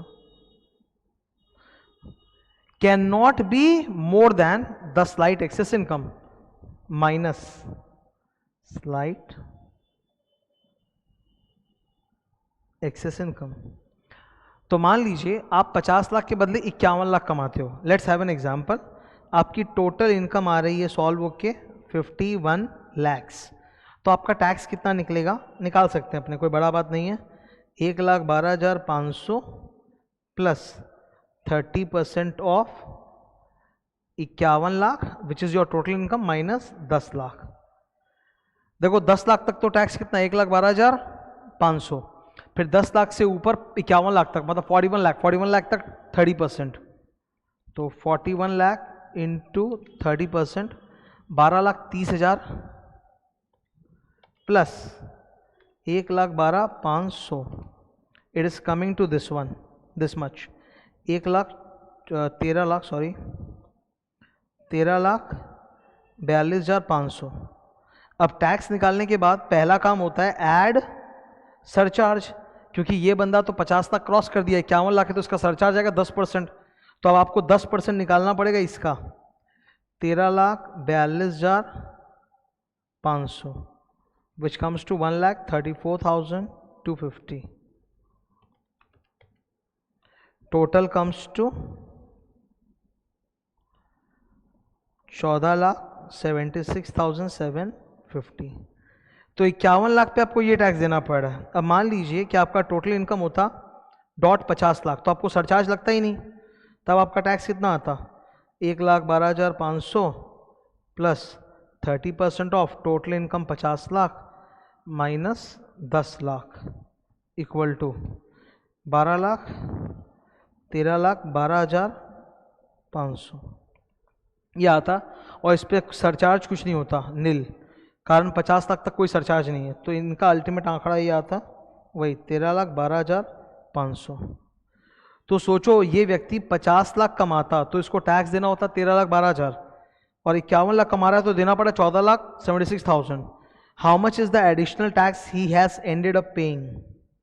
You will find it surprisingly to be more than the excess income. Additional tax due to 1 lakh extra income equal to 14,76,750 minus 13,12,500, 14,76,750 minus 13,12,500, 1,64,250।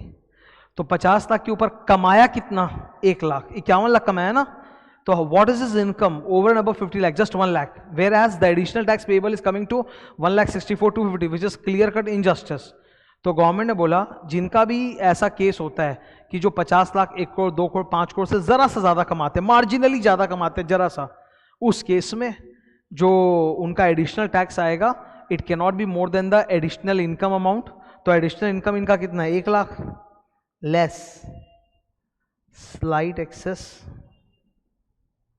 Income, इनकी थोड़ी सी ज़्यादा income हुई ना, कितनी हुई, 51 lakh minus 50 lakh equal to 1 lakh. 1 lakh ही कमाए हो तो हम तुमसे 1 लाख से ज़्यादा तो टैक्स ले नहीं सकते ना, तो 64,250 का आपको मिलेगा मार्जिनल रिलीफ। क्या मिलेगा, मार्जिनल रिलीफ, मतलब आपके टैक्स से हम ये लेस कर देंगे, आपके टैक्स से हम ये लेस कर देंगे। तो कैलकुलेशन कैसा होगा, I will show it to you. तो जैसे ये कैलकुलेशन था, tax came out to 13,42,500, surcharge came out to 1,34,250, now 14,76,750, उसमें से मार्जिन रिलीफ लेस होगा। तो how it will look like, I will just show it to you. ठीक है, ये फिगर्स एक्चुअली मुझे चाहिए, ये देख लो इधर आप। Okay, how will it look like. Basic tax in बंदे का आपने कितना निकाला था, 13,42,500, तो यहाँ पे आएगा 13,42,500, add surcharge 1,34,250, 14,76,750 less marginal relief. तो इसको मार्जिनल रिलीफ कितना मिलेगा, 64,250, वो लेस होगा। ठीक है,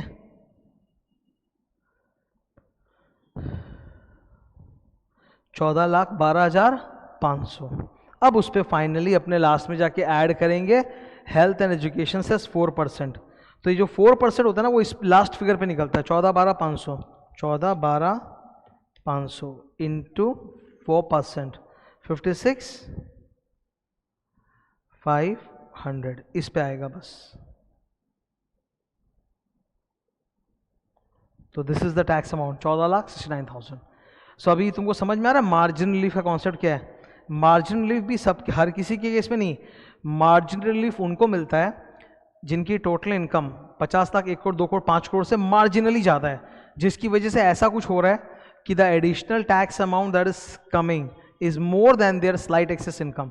तो वो डिफरेंस जो है वो उनको मार्जिनल रिलीफ के फॉर्म में मिल जाएगा। ठीक है, क्लियर है ना? ये हटा रहा हूं, ये क्लियर है? तो 50 लाख, 1 करोड़, 2 करोड़, 5 करोड़, 10, 15, 25, 37 मार्जिनल रिलीफ। ये एक्सप्लेनेशन जो मैं इतने देर से बोल रहा हूँ सब लिख दिया मैंने कि क्या रीजन है। मार्जिनल रिलीफ का येलो बॉक्स में देखो, marginal relief equal to additional tax payable due to slight excess income minus the excess income, और उसका फॉर्मूला, वो फॉर्मूला कुछ नहीं, आप फॉर्मूला सिंपल है, एडिशनल टैक्स कितना होता है?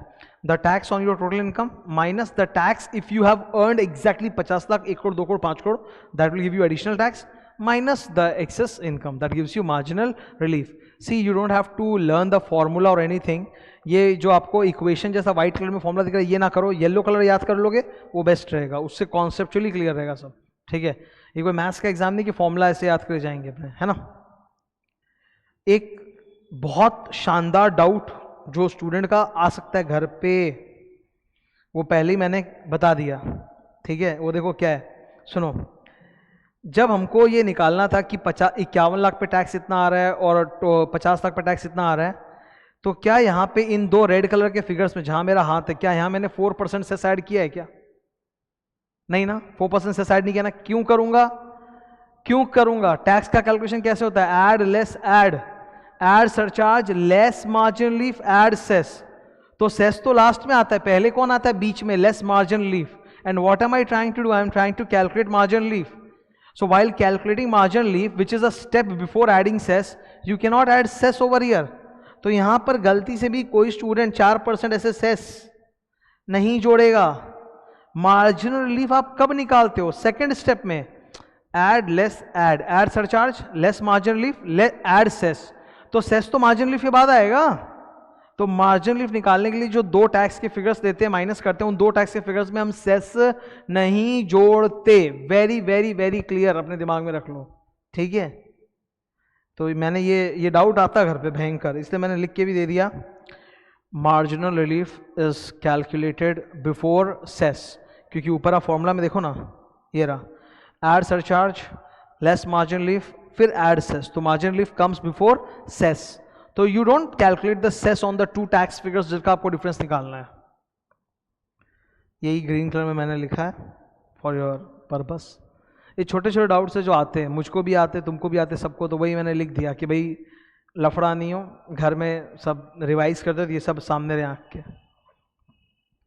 फिर ये टाइमलाइन तो मैंने समझा दिया। कई जन को रिबेट और सरचार्ज में एक प्रॉब्लम रहती है, तो याद रहे जहाँ रिबेट होगा वहाँ सरचार्ज नहीं, जहाँ सरचार्ज होगा वहाँ रिबेट नहीं।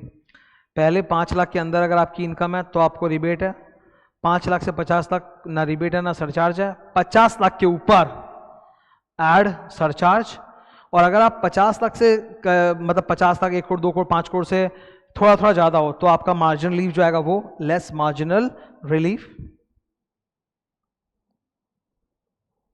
इन सम केसेस। तो 50 लाख से लेके इन्फिनिटी तक, this is alpha is, this is infinity, मतलब जो भी आपकी इनकम होगी, मान लो इनफाइनाइट इनकम है, तो 50 lakh onwards add surcharge less margin relief. ठीक है, और जब रिबेट का नंबर आता है तो आप देखो रिबेट के टाइम पे मार्जिन रिलीफ है क्या? कहाँ से? Margin relief is a concept which is associated with surcharge. Rebate के साथ कोई मार्जिन रिलीफ होता ही नहीं है एकदम। तो रिबेट के नीचे मैंने मार्जिन रिलीफ लिखा ही नहीं है, यहाँ पे अकेला पड़ा हुआ है रिबेट 5 लाख से कम, और जबकि यहाँ जहाँ सरचार्ज है वहाँ मार्जिन रिलीफ हो सकता है, इसलिए क्या लिखा है? Add surcharge less marginal relief in some cases. जब आपकी इनकम 50 लाख, 1 करोड़, 2 करोड़, 5 करोड़ से जरा सी ज़्यादा होती है तब आता है ये चक्कर, वरना आता नहीं है। और अगर कोई बंदा का इनकम 5 लाख से 50 लाख के बीच में, सर ना सरचार्ज ना रिबेट, कुछ नहीं। अब सबसे फेवरेट आइटम है सबका 4% हेल्थ एंड एजुकेशन सेस। इसमें मैंने आज तक किसी स्टूडेंट को नहीं देखा इसको डाउट हो, सब के सब ये करते हैं, लास्ट में सम खत्म हुआ ऐड 4% सेस घस के निकाल दिया। जो आपका फाइनल फिगर आएगा ना, टैक्स और surcharge minus relief margin relief करके, उस फिगर पे आपको 4% सेस जोड़ना है।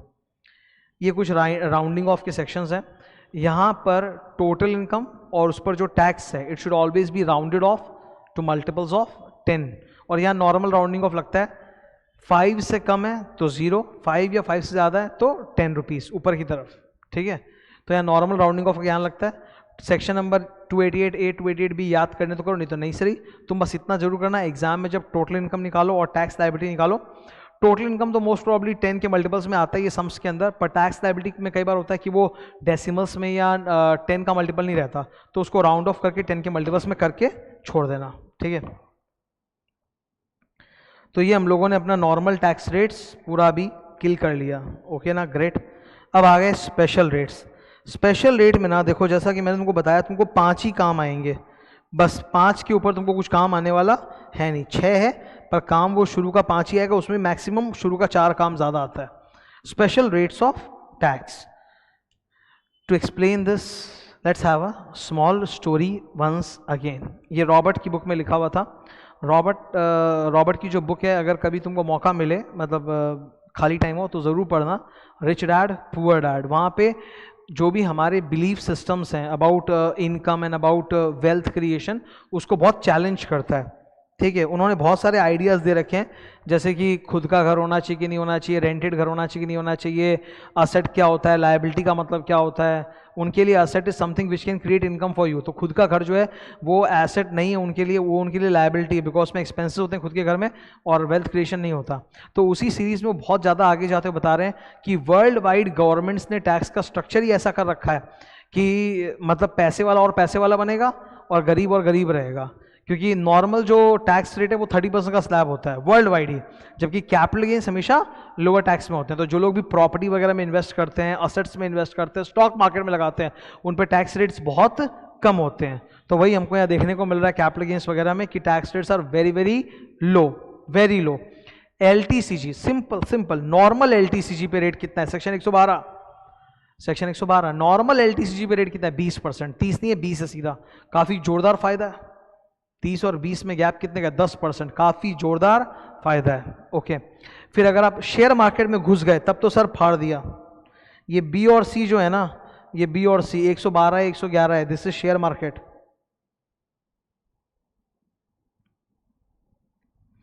112 है LTCG, 111 है STCG। अगर आप इक्विटी शेयर्स वगैरह ये सब ट्रांसफर वगैरह कर रहे हो तो इक्विटी शेयर के ट्रांसफर में पहला तो 1 लाख तक तो एग्जेम्प्टेड है, फिर 1 लाख से भी ज्यादा का अगर आपको LTCG है तो उसके ऊपर 10% उधर 10% ऑन LTCG ओवर 1 लाख। मतलब अगर आपको LTCG on the sale of shares हो रहा है 4 लाख, तो आपको 1 लाख से ज्यादा कितना है? 3 लाख। 4 लाख का हुआ है आपको LTCG, तो 1 लाख छोड़ दो, 3 लाख पे सिर्फ 10%, 30,000 रुपया टैक्स देना पड़ेगा। परंतु एक इंपॉर्टेंट बात है, अगर मान लो आपका सिर्फ और सिर्फ शेयर मार्केट से ही कमाई होता है और 5 लाख तक है, तो आपको जो भी टैक्स आ रहा है आपको देना पड़ेगा। उसमें ये रिबेट अंडर सेक्शन 87 अप्लाई नहीं होता। स्लैब का बेनिफिट आपको मिल जाएगा, जो 2.5 लाख का स्लैब है वो आपको मिलेगा, पर रिबेट का बेनिफिट आपको नहीं मिलेगा, ठीक है। वैसे ही STCG अगर शेयर मार्केट्स में हो रहा है, इक्विटी शेयर बेचाबाची करके, यहाँ पे वही सब ज्ञान लिखा हुआ है जो पहले भी हम लोग सुन चुके हैं। Shares are listed on the stock exchange, they have been traded, trading के टाइम पे उनके ऊपर STT सिक्योरिटीज ट्रांजैक्शन टैक्स लग चुका है, जो कि एक्चुअली बहुत कम होता है। वही सब कंडीशंस दिए हुए, कुछ विशेष नहीं। तुम अपना सीधा याद रखो, LTCG on sale of listed equity shares 10% on an amount exceeding 1 lakh. STCG on sale of equity shares that are listed 15%। अच्छा, ये हुए अपने नौटंकी के इनकम जो कभी कभी होते हैं, इनको कैजुअल इनकम भी बोलते हैं, है ना, ठीक है। Winning from lottery, crossword puzzle, racing, card games, gambling, betting, इन सब के ऊपर 30% टैक्स होता है, ठीक है। इनके ऊपर कितना टैक्स होता है? 30%।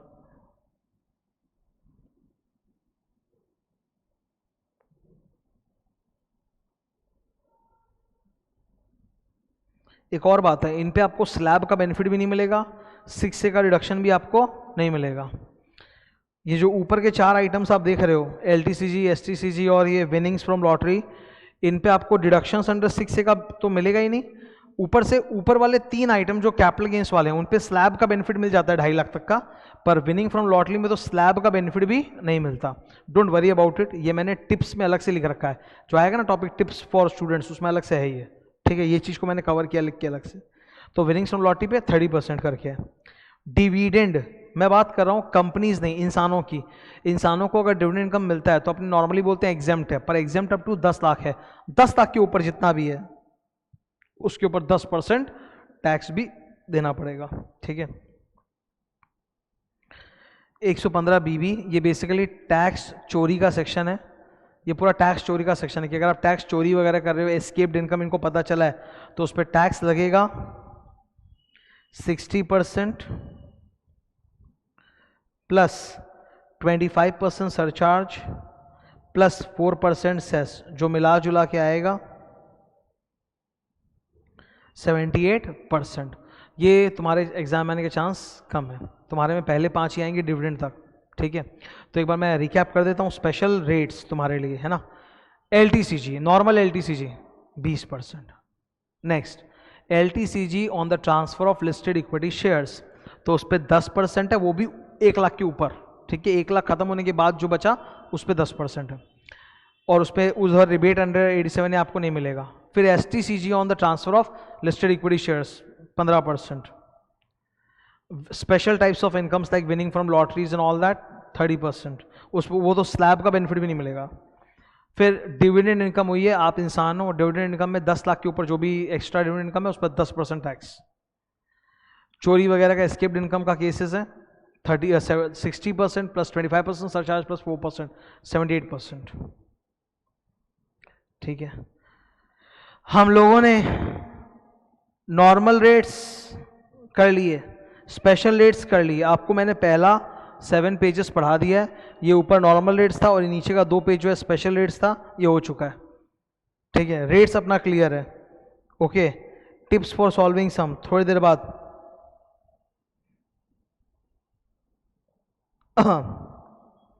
Let's do a question number 1। एकदम अच्छा क्वेश्चन है, मैं सर प्रचंड मेहनत लगाया ये सब क्वेश्चन आंसर्स वगैरह सॉल्व करने में। इट्स नॉट लाइक दैट आपको लगे ऐसे एक एक जगह जहाँ भी सम्स में अटक सकते हो उन सब का मैंने नोट बना के एक्सप्लेनेशन बना के डाला है। मैंने सॉल्यूशन को इस तरह से चेंज किया है कि एक झटके में तुमको समझ में आ जाए घर पे, क्योंकि अभी तो फिलहाल मैं पढ़ा रहा हूँ तो अभी तो समझ में आएगा ही। द थिंग इज कि जब बाद में घर पे अकेले में देखने बैठेंगे तब याद आएगा कि नहीं, तो तब याद आए उसी के लिए मैंने पूरा इसका सोल्यूशन का तरीका भी चेंज किया है कि फटफट याद आ जाए। Let's see, mister Raghav aged 26 साल, तो ऑब्वियसली सीनियर तो है ही नहीं, and resident in India has a total income of 4,40,000। ऐसे तो मेरे दिल से आवाज़ आ रही है कि 4,40,000 बोला मतलब 5 लाख के अंदर इसको तो रिबेट अंडर 87 मिलकर ऐसे ही नील हो जाएगा। But I can't jump to conclusion because I must know कि ये 4,40,000 का सोर्स क्या है। सोचो आप ही ज़रा, अगर ये 4,40,000 का लॉटरी जीता होता तो तब तो स्ट्रेट 30% टैक्स लगता, कोई स्लैब नहीं कुछ नहीं। तो you need to know the source. 4,40,000 कहाँ से आया? सैलरी एंड बैंक में FD, दोनों के दोनों ही क्या है? नॉर्मल इनकम है। सैलरी और बैंक में FD दोनों नॉर्मल इनकम है, कोई स्पेशल रेट इस पे अप्लाई नहीं करेगा। टिप नंबर 1 दिख रहा है जो मैं बोल रहा हूँ जब से। नेक्स्ट, अच्छा, कई स्टूडेंट्स को दिमाग में आ रहा होगा कि सर ये जो बैंक FD है इस पे जो इसको इंटरेस्ट मिला है उस पे इसको 80 TTA मिल जाएगा। नो, 80 TTA नहीं मिलेगा। 80 TTA था इंटरेस्ट ऑन सेविंग्स अकाउंट 10,000 रुपया तक। ये इंटरेस्ट ऑन बैंक FD है तो उस पर सीनियर सिटीजन लोगों को तो मिलता है 80 TTB में, पर ये तो सीनियर नहीं है ना, तो कोई 80 TTA का डिडक्शन नहीं मिलेगा। इसीलिए उन्होंने अलग से हमको इंटरेस्ट ऑन FD का फिगर भी नहीं दिया, नॉट नीडेड। तो एकदम नॉर्मल सम्स है। 4,40,000 रुपये कैलकुलेट करो, करते हैं हम लोग। तो 4,40,000 रुपये हमने कैलकुलेट किया, वेरी सिंपल। पहला 2.5 लाख तक तो नहीं लाएगा, फिर उसके बाद 4,40,000 तक हमको जाना है, विच इज़ 1,90,000। 1,90,000 इंटू 5% 9,500, तो 9,500 का फिगर आ गया टैक्स। अब क्योंकि ये आदमी 5 लाख तक कमाता है, इंसान है, रेसिडेंट है, इंडिया का है, तो इसको तो रिबेट मिलेगा, rebate is equal to 87A के अंदर लोअर ऑफ टैक्स अमाउंट 9,500 और 12,500 विच एवर इज लोअर, तो 9,500, तो उसको रिबेट मिल गया। अल्टीमेटली लायबिलिटी कितनी है? नील। जब नील लायबिलिटी है तो उसमें कोई 4% सेस भी जुड़ेगा नहीं, वो जीरो ही होगा। तो ये था राघव। नेक्स्ट मिस्टर ए, ठीक है, एजेड 42, तो ये भाई साहब भी सीनियर नहीं है। Having a total income of 51 lakh, oh great, 51 lakh का भी तुम लोग को मार्जिनली सॉल्व करके दिखाया था, वैसा ही है। अज्यूम इस total income comprises of salary, house property, interest from FD. तो salary, house property, interest on FD, ये तीनों का तीनों नॉर्मल है। Salary normal, house property normal, interest on FD normal, तो यहाँ स्पेशल इनकम है ही नहीं। तो इनका टैक्स कैलकुलेट किया। तो सबसे पहले मार्जिन लीफ कैलकुलेट करने के लिए आप निकालो कि एडिशनल टैक्स कितना देना पड़ेगा। 51 लाख पे टैक्स कितना और 50 लाख होता तो टैक्स कितना। 51 लाख पे टैक्स आ रहा है 1476,750, ये क्या लिखा है बोर्ड पे, ठीक है। और 50 लाख पे कितना होता? 1312,500। तो एडिशनल टैक्स कितना दे रहे हैं ये? 1,64,250, जबकि इनकी कमाई एक्स्ट्रा कितनी है? 50 लाख से 1 लाख ऊपर। तो मार्जिन रिलीफ कितना है डिफरेंस? 64,250, यही मार्जिन रिलीफ है। अब टैक्स कितना आएगा? सॉल्व कर लो। Tax add surcharge less margin relief, this is the figure, उसमें फिर 4% से ऐड किया, आंसर आ रहा है ये, ठीक है। एक सेकेंड, 14,12,500, 14,12,500 इंटू 4%, 56,500, तो अल्टीमेट फिगर 14,69,000। अपना भी यही आया था एकदम, मैंने बगल में लिखा था 14,69,000, ठीक है। सो एक मार्जिन लीफ का सम्स भी हो गया। अभी आए ना बड़े बड़े लंबे लंबे सम्स, लंबे सम्स में जाएंगे, परंतु उसके पहले हम लोगों को थोड़ा सा ये क्या बोलते हैं ना, इम्पॉर्टेंट टिप्स सीखना पड़ेगा। ये टिप्स बहुत अच्छे हैं, ये टिप्स के ज़रिए क्या होगा, तुम्हारा जहाँ जहाँ जो डाउट है वो पूरा खुलते चला जाएगा, क्लियर होते चला जाएगा। मैं टिप्स समझा रहा हूँ, इधर ध्यान देना प्लीज़। तुम्हारे लिए सबसे इम्पॉर्टेंट है ये, मोस्ट इम्पॉर्टेंट, कि एक सम के अंदर अगर नॉर्मल इनकम भी है और स्पेशल इनकम भी है तो कैलकुलेशन कैसे होगा। कोई भी सम्स देखो आप, उसमें आपको कुछ इंडिकेटर बता रहा हूँ मैं, LTCG दिख गया, इक्विटी शेयर का बाई सेल दिख गया, STCG दिख गया इक्विटी शेयर वाला, या आपको ये क्या बोलते हैं विनिंग फ्रॉम लॉटरी, इनका सबसे फेमस है winning from lottery, card game, ये सबसे फेमस है विनिंग्स। तो आप पहले डिवाइड करो, पहले तो आप आराम से सम्स लंबा चौड़ा सॉल्व करके टोटल इनकम निकाल लो, you arrive at the total income figure. Now you check the breakup कि टोटल इनकम में स्पेशल इनकम कितने हैं, तो जो बचा हुआ है वो नॉर्मल इनकम है, तो पहले आप ये निकाल लो, ठीक है। अभी आप क्या करो, ठीक है, आपको अभी मार्जिनली सरचार्ज कुछ नहीं सोचना, अभी आपको बेसिक टैक्स निकालना है। बेसिक टैक्स मतलब normal tax plus special tax, ठीक है। Now you will face with a problem कि 2.5 लाख का जो तुम्हारे हाथ में बेसिक एग्जम्पशन लिमिट है, 2.5 लाख का बेसिक लिमिट है, वो कहाँ लगाएं, वो नॉर्मल में लगाएं कि स्पेशल में लगाएं। पहले आपको कोशिश करनी चाहिए नॉर्मल इनकम में लगाओ। इवन स्पेशल इनकम में भी जो विनिंग्स वाला है उसको छोड़ के बाकी जो भी है LTCG, STCG, LTCG 112 है, उन सब पे बेसिक एग्जम्पशन लिमिट मिलता है, ठीक है, उन सब पे मिलता है बेसिक एग्जम्पशन लिमिट आपको, ठीक है। तो वो सब जगह आप यूज कर सकते हो, नॉट एन इशू। तो देखो इस तरह से कुछ, apply normal rates, normal tax rates to normal income after adjusting basic exemption limit. पहले बेसिक एग्जम्पशन लिमिट हटाओ। बेसिक एग्जम्पशन लिमिट मान लो कि नॉर्मल इनकम हमारा बहुत कम था, नॉर्मल इनकम सिर्फ 1.5 लाख था, तो 2.5 लाख का एग्जम्पशन लिमिट है, तो 1.5 लाख तो गया, 1 लाख अभी भी बचा है, उसको बोलते हैं अनएग्जॉस्टेड बेसिक एग्जम्पशन लिमिट। वो आप किसके अगेंस्ट एडजस्ट करोगे?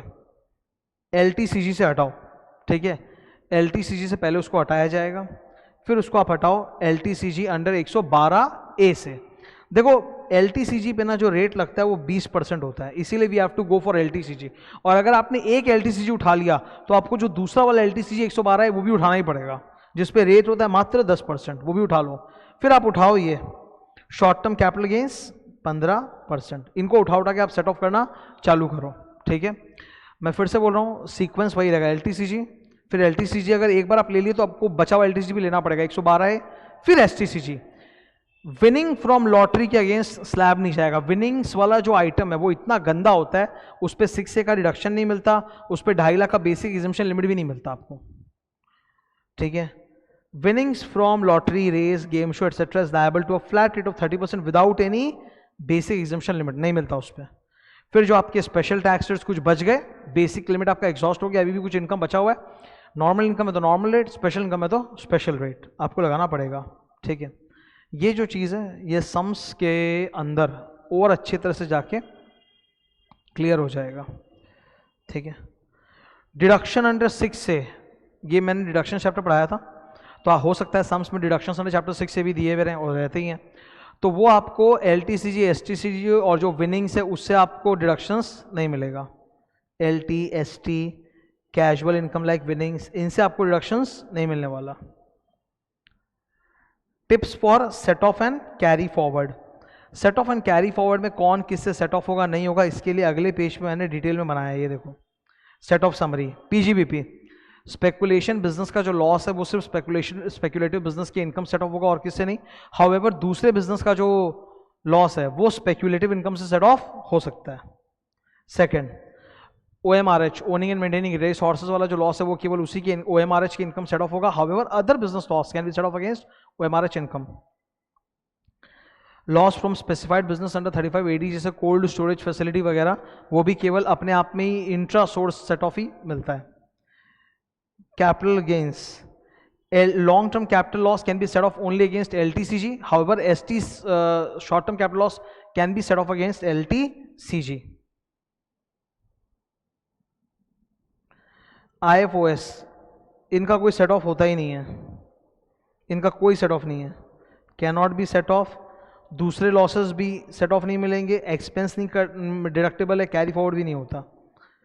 Inter head adjustment, house property loss अगर आपको हुआ है तो वो दूसरे हेड के साथ सेट ऑफ हो सकता है to the maximum extent of 2 lakh rupees.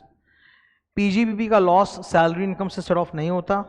Capital gains में होने वाले लॉस किसी भी दूसरे हेड के साथ सेट ऑफ नहीं होते।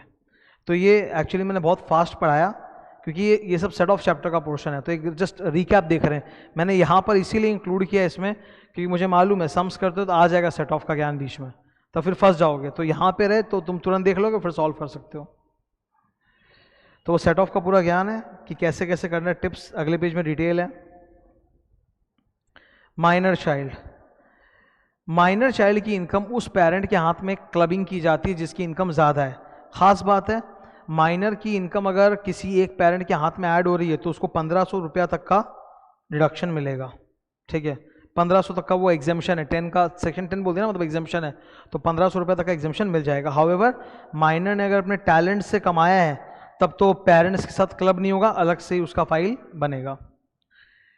ये छठा पॉइंट तो मैं पहले ही बता चुका हूँ। मार्जिन रिलीफ जब आप कैलकुलेट करते हो तो 2 टैक्सेस जो आप निकालते हो उनमें सेस ऐड नहीं होता, बिकॉज सेस तो उससे लास्ट में आता है। मार्जिन रिलीफ बिना सेस के आप 2 टैक्स निकालो, T1 माइनस T2 करो, the additional tax payable can not be more than the excess income over 50 lakh, 1 crore, 2 crore, 5 crore.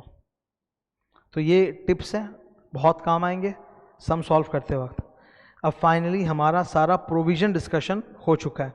Provisions में इधर आता हूँ मैं, ये देखो इधर rates of tax, normal rates, tax liability, rebate, surcharge, margin relief, surcharge and rebate line, health cess, rounding off, special rate, सब कर लिए हमने।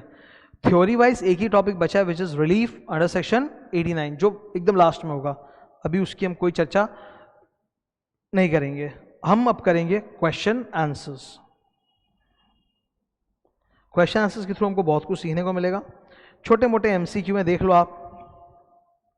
The basic source of income tax is Income Tax Act. A domestic company is an Indian company, as ये सब definitions chapter में cover होता है actually। जो Indian company भी है, foreign company भी है, which has made, even a foreign company which has made arrangements for declaration of dividend payment in India is a domestic company. Rates of income tax are mentioned in Income Tax Act and Finance Act. Surcharge applicable on an individual is 10% if the total income exceeds 50 lakh and 1 crore के अंदर है तो yes, फिर 1 करोड़ से ऊपर है तो 15% होता है। तो ये सेकंड वाला ऑप्शन गलत है, तो A एंड C ये सही है, ठीक है। In case of a non resident assessee 60, ये एक्चुअली हुआ नॉन रेजिडेंट, मतलब देखो रेसिडेंट असेसीज के केस में सीनियर लोग को फायदा है 3 लाख का एग्जेम्पशन और सुपर सीनियर को 5 लाख का, पर ये कौन है? नॉन रेजिडेंट असेसी, ठीक है। तो इनको ये सीनियरिटी का फायदा नहीं मिलने वाला, इनके लिए 2.5 लाख ही रहेगा बेसिक एग्जेम्पशन। डोमेस्टिक कंपनी जिसका 17-18 में टर्नओवर 251 करोड़ था, मतलब 400 करोड़ के अंदर, उनका रेट ऑफ टैक्स रहेगा 25%। Surcharge of a domestic company, दो ही रेट चलते हैं इनमें, 7% या 12%। 1 करोड़ से 10 करोड़ तो 7%, 10 करोड़ के ऊपर तो 12%, तो 5 तो होता ही नहीं है, 10 भी होता नहीं है। 7% of income exceeds 1 crore but does not exceed 10 crore, and 15%, तो 15% गलत है, 7 और 12 होता है, तो 7, 12, answer is D. The surcharge applicable to a foreign company from assessment year 2021, foreign company का रेट होता है 5% कम कर दो, 2%, 5%। जैसे ऊपर 7 और 12 था, दोनों में से 5 कम कर दो, ठीक है। 7 और 12, इनका होता है 2 और 5% सिर्फ, ठीक है। तो 2%, 5%। The rates of tax of a firm, firm के ऊपर स्ट्रेट 30% होता है। वह total income of an AJP artificial juridical person के ऊपर वो इंडिविजुअल वाला रेट है इस 4,10,000, the income tax payable is this and surcharge is this. तो टोटल इनकम इज 4,10,000।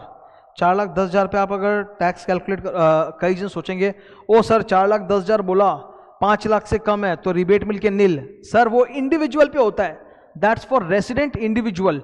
ये एजेपी है, एजेपी और बात को समझो जरा, एजेपी और रेसिडेंट इंडिविजुअल पे टैक्स का स्लैब सेम है पर रिबेट सेम नहीं है। Rebate under 87A is only for individual, ठीक है। ये एजेपी है तो इस पर टैक्स निकलेगा 2.5 लाख तक डील, 2.5 लाख के ऊपर 4,10,000 तक 1,60,000,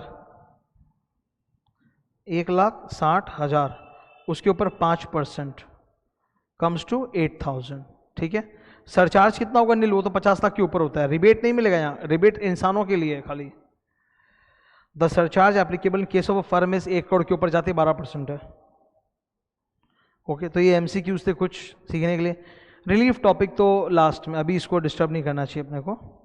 सो now we have got long questions to discuss, okay ना। ये रहा long question. Rajiv, aged 50 years and a practicing chartered accountant, ठीक है। ये सम्स वगैरह जो है ये भी मैं डिस्कस करूंगा अलग से, ये नेक्स्ट क्लास में डिस्कस करेंगे। आज मैं चाहता हूं कि जितना अभी मैंने पूरा टैक्स रेट्स पढ़ाया है इसको पहले पूरा अपने दिमाग में घुमा लो, ताकि तब मैं सम्स में जाऊं तो दिक्कत नहीं हो, ठीक है। एक रिकैप करोगे तो अच्छा रहेगा, ठीक है। तो सम्स अपने अगले क्लास से ही करेंगे।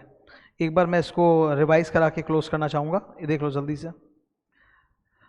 Previous year 19-20, assessment year 20-21। Rates दो जगह होते हैं, normal rates income tax, normal rates finance act यानी कि बजट में होते हैं, special rates income tax act के अंदर होते हैं। नॉर्मल रेट्स 7 तरह के पर्सन, सबके लिए अलग अलग। पहले 4 पर्सन है, इंडिविजुअल, HUF, AOP, BOI एक साथ होता है, AJP। इनके लिए रेट्स क्या है? एकदम सिंपल, 2.5 लाख तक नील, 2.5 लाख से 5 लाख तक 5%, फिर 5 लाख से 10 लाख तक 20%, फिर 10 लाख के ऊपर 30%। सीनियर है तो बेसिक लिमिट है 3 लाख, सुपर सीनियर 80 साल तो बेसिक लिमिट है 5 लाख। अगर कोई सीनियर है, super senior, first day of assessment year को भी उनका उम्र होता है 60-80, तो भी उस असेसमेंट ईयर में उनको बेनिफिट मिल जाएगा, ठीक है। फर्म, LLP और लोकल अथॉरिटी पे, मतलब म्यूनिसिपैलिटी पे स्ट्रेट 30%, कोऑपरेटिव में 10,000, 20,000, 30,000 का लिमिट है, 10%, 20%, 30%। डोमेस्टिक कंपनी अगर 17-18 में उनका टर्नओवर या ग्रॉस एसेट 400 करोड़ के अंदर है तो 25%, नहीं तो 30%। फॉरेन कंपनी स्ट्रेट 40%, ठीक है। टैक्स लायबिलिटी का कैलकुलेशन कैसे? Add less add, basic tax जिसमें normal tax plus special tax आएगा, ऐड सरचार्ज और लेस रिबेट, फिर जो फिगर आएगा उसके बाद less margin relief if required, फिर जो फिगर आएगा उसमें ऐड हेल्थ एंड एजुकेशन से 4%। रिबेट अंडर 87 है only for resident individual, total income less than equal to 5 lakh के लिए होता है। बेसिक टैक्स और 12,500 तक, मतलब 5 लाख तक कमाएगा तो नील। सरचार्ज का रेट है 50 लाख, 1 करोड़, 2 करोड़, 5 करोड़। 50 लाख क्रॉस करने पे 10%, 1 करोड़ क्रॉस करने पे 15%, 2 करोड़ क्रॉस करने पे 25%, 5 करोड़ क्रॉस करने पे 37%। ये स्लैब नहीं होता, ये पूरा ग्रॉस लगता है एकदम, मतलब अगर आप 5 करोड़ पार किए तो पूरे पे 37%। ठीक है। LLP फर्म कोऑपरेटिव, इनके ऊपर स्ट्रेट 1 करोड़ पार करती 12% का सरचार्ज है। डोमेस्टिक कंपनी को फिर से सरचार्ज में फायदा हो गया, 1 करोड़ से 10 करोड़ तक है तो 7% है, और 10 करोड़ से ऊपर है तो 12% है। फॉरेन कंपनी का क्योंकि टैक्स रेट 40% होता है तो सरचार्ज कम है, 2 और 5% है। मार्जिन रिलीफ, अगर किसी पर्सन की income slightly more than 50 lakh, 1 crore 2 crore 5 crore है तो उनको मार्जिन रिलीफ मिल जाएगा। The additional tax payable due to slight excess income should not be more than the slight excess income. Health and education से 4%, rounding off 10-10। Special rates, LTCG पे 20%, फिर LTCG on the transfer of listed equity shares, उस पर जिस पे STT लग चुका है उधर उस पर होता है 10%, वो भी above 1 lakh. STCG on transfer of listed equity share 15%, winnings वगैरह पे 30%, इसमें स्लैब बेनिफिट भी नहीं मिलता है। डिविडेंड के ऊपर अगर किसी इंडिविजुअल को डिविडेंड इनकम मिला है तो 10 लाख के ऊपर जो भी इनकम हुआ है उस पर 10% टैक्स। ये एस्केप्ड इनकम के ऊपर भयंकर टैक्स है 60% प्लस 25% सरचार्ज प्लस 4% सेट 78%। ये इंपॉर्टेंट टिप्स है, tips will be clear to you और जब हम लोग सम्स वगैरह सॉल्व करेंगे। और ये सेट ऑफ तुम्हारे रिवीजन के लिए थोड़ा डाल दिया है ताकि तुमको हेल्प मिलता रहे। करेक्ट है। क्वेश्चन 1, 2 अपना हो चुका, will start from question 3 in the next class. अभी ये क्लास अपनी 1.5 घंटे की हुई है और 1.5 घंटे में आई थिंक तुम्हारा पूरा टैक्स रेट्स वगैरह सब क्लियर हो गया हो। ओके, तो अब सम्स करेंगे in the next class. Thank you.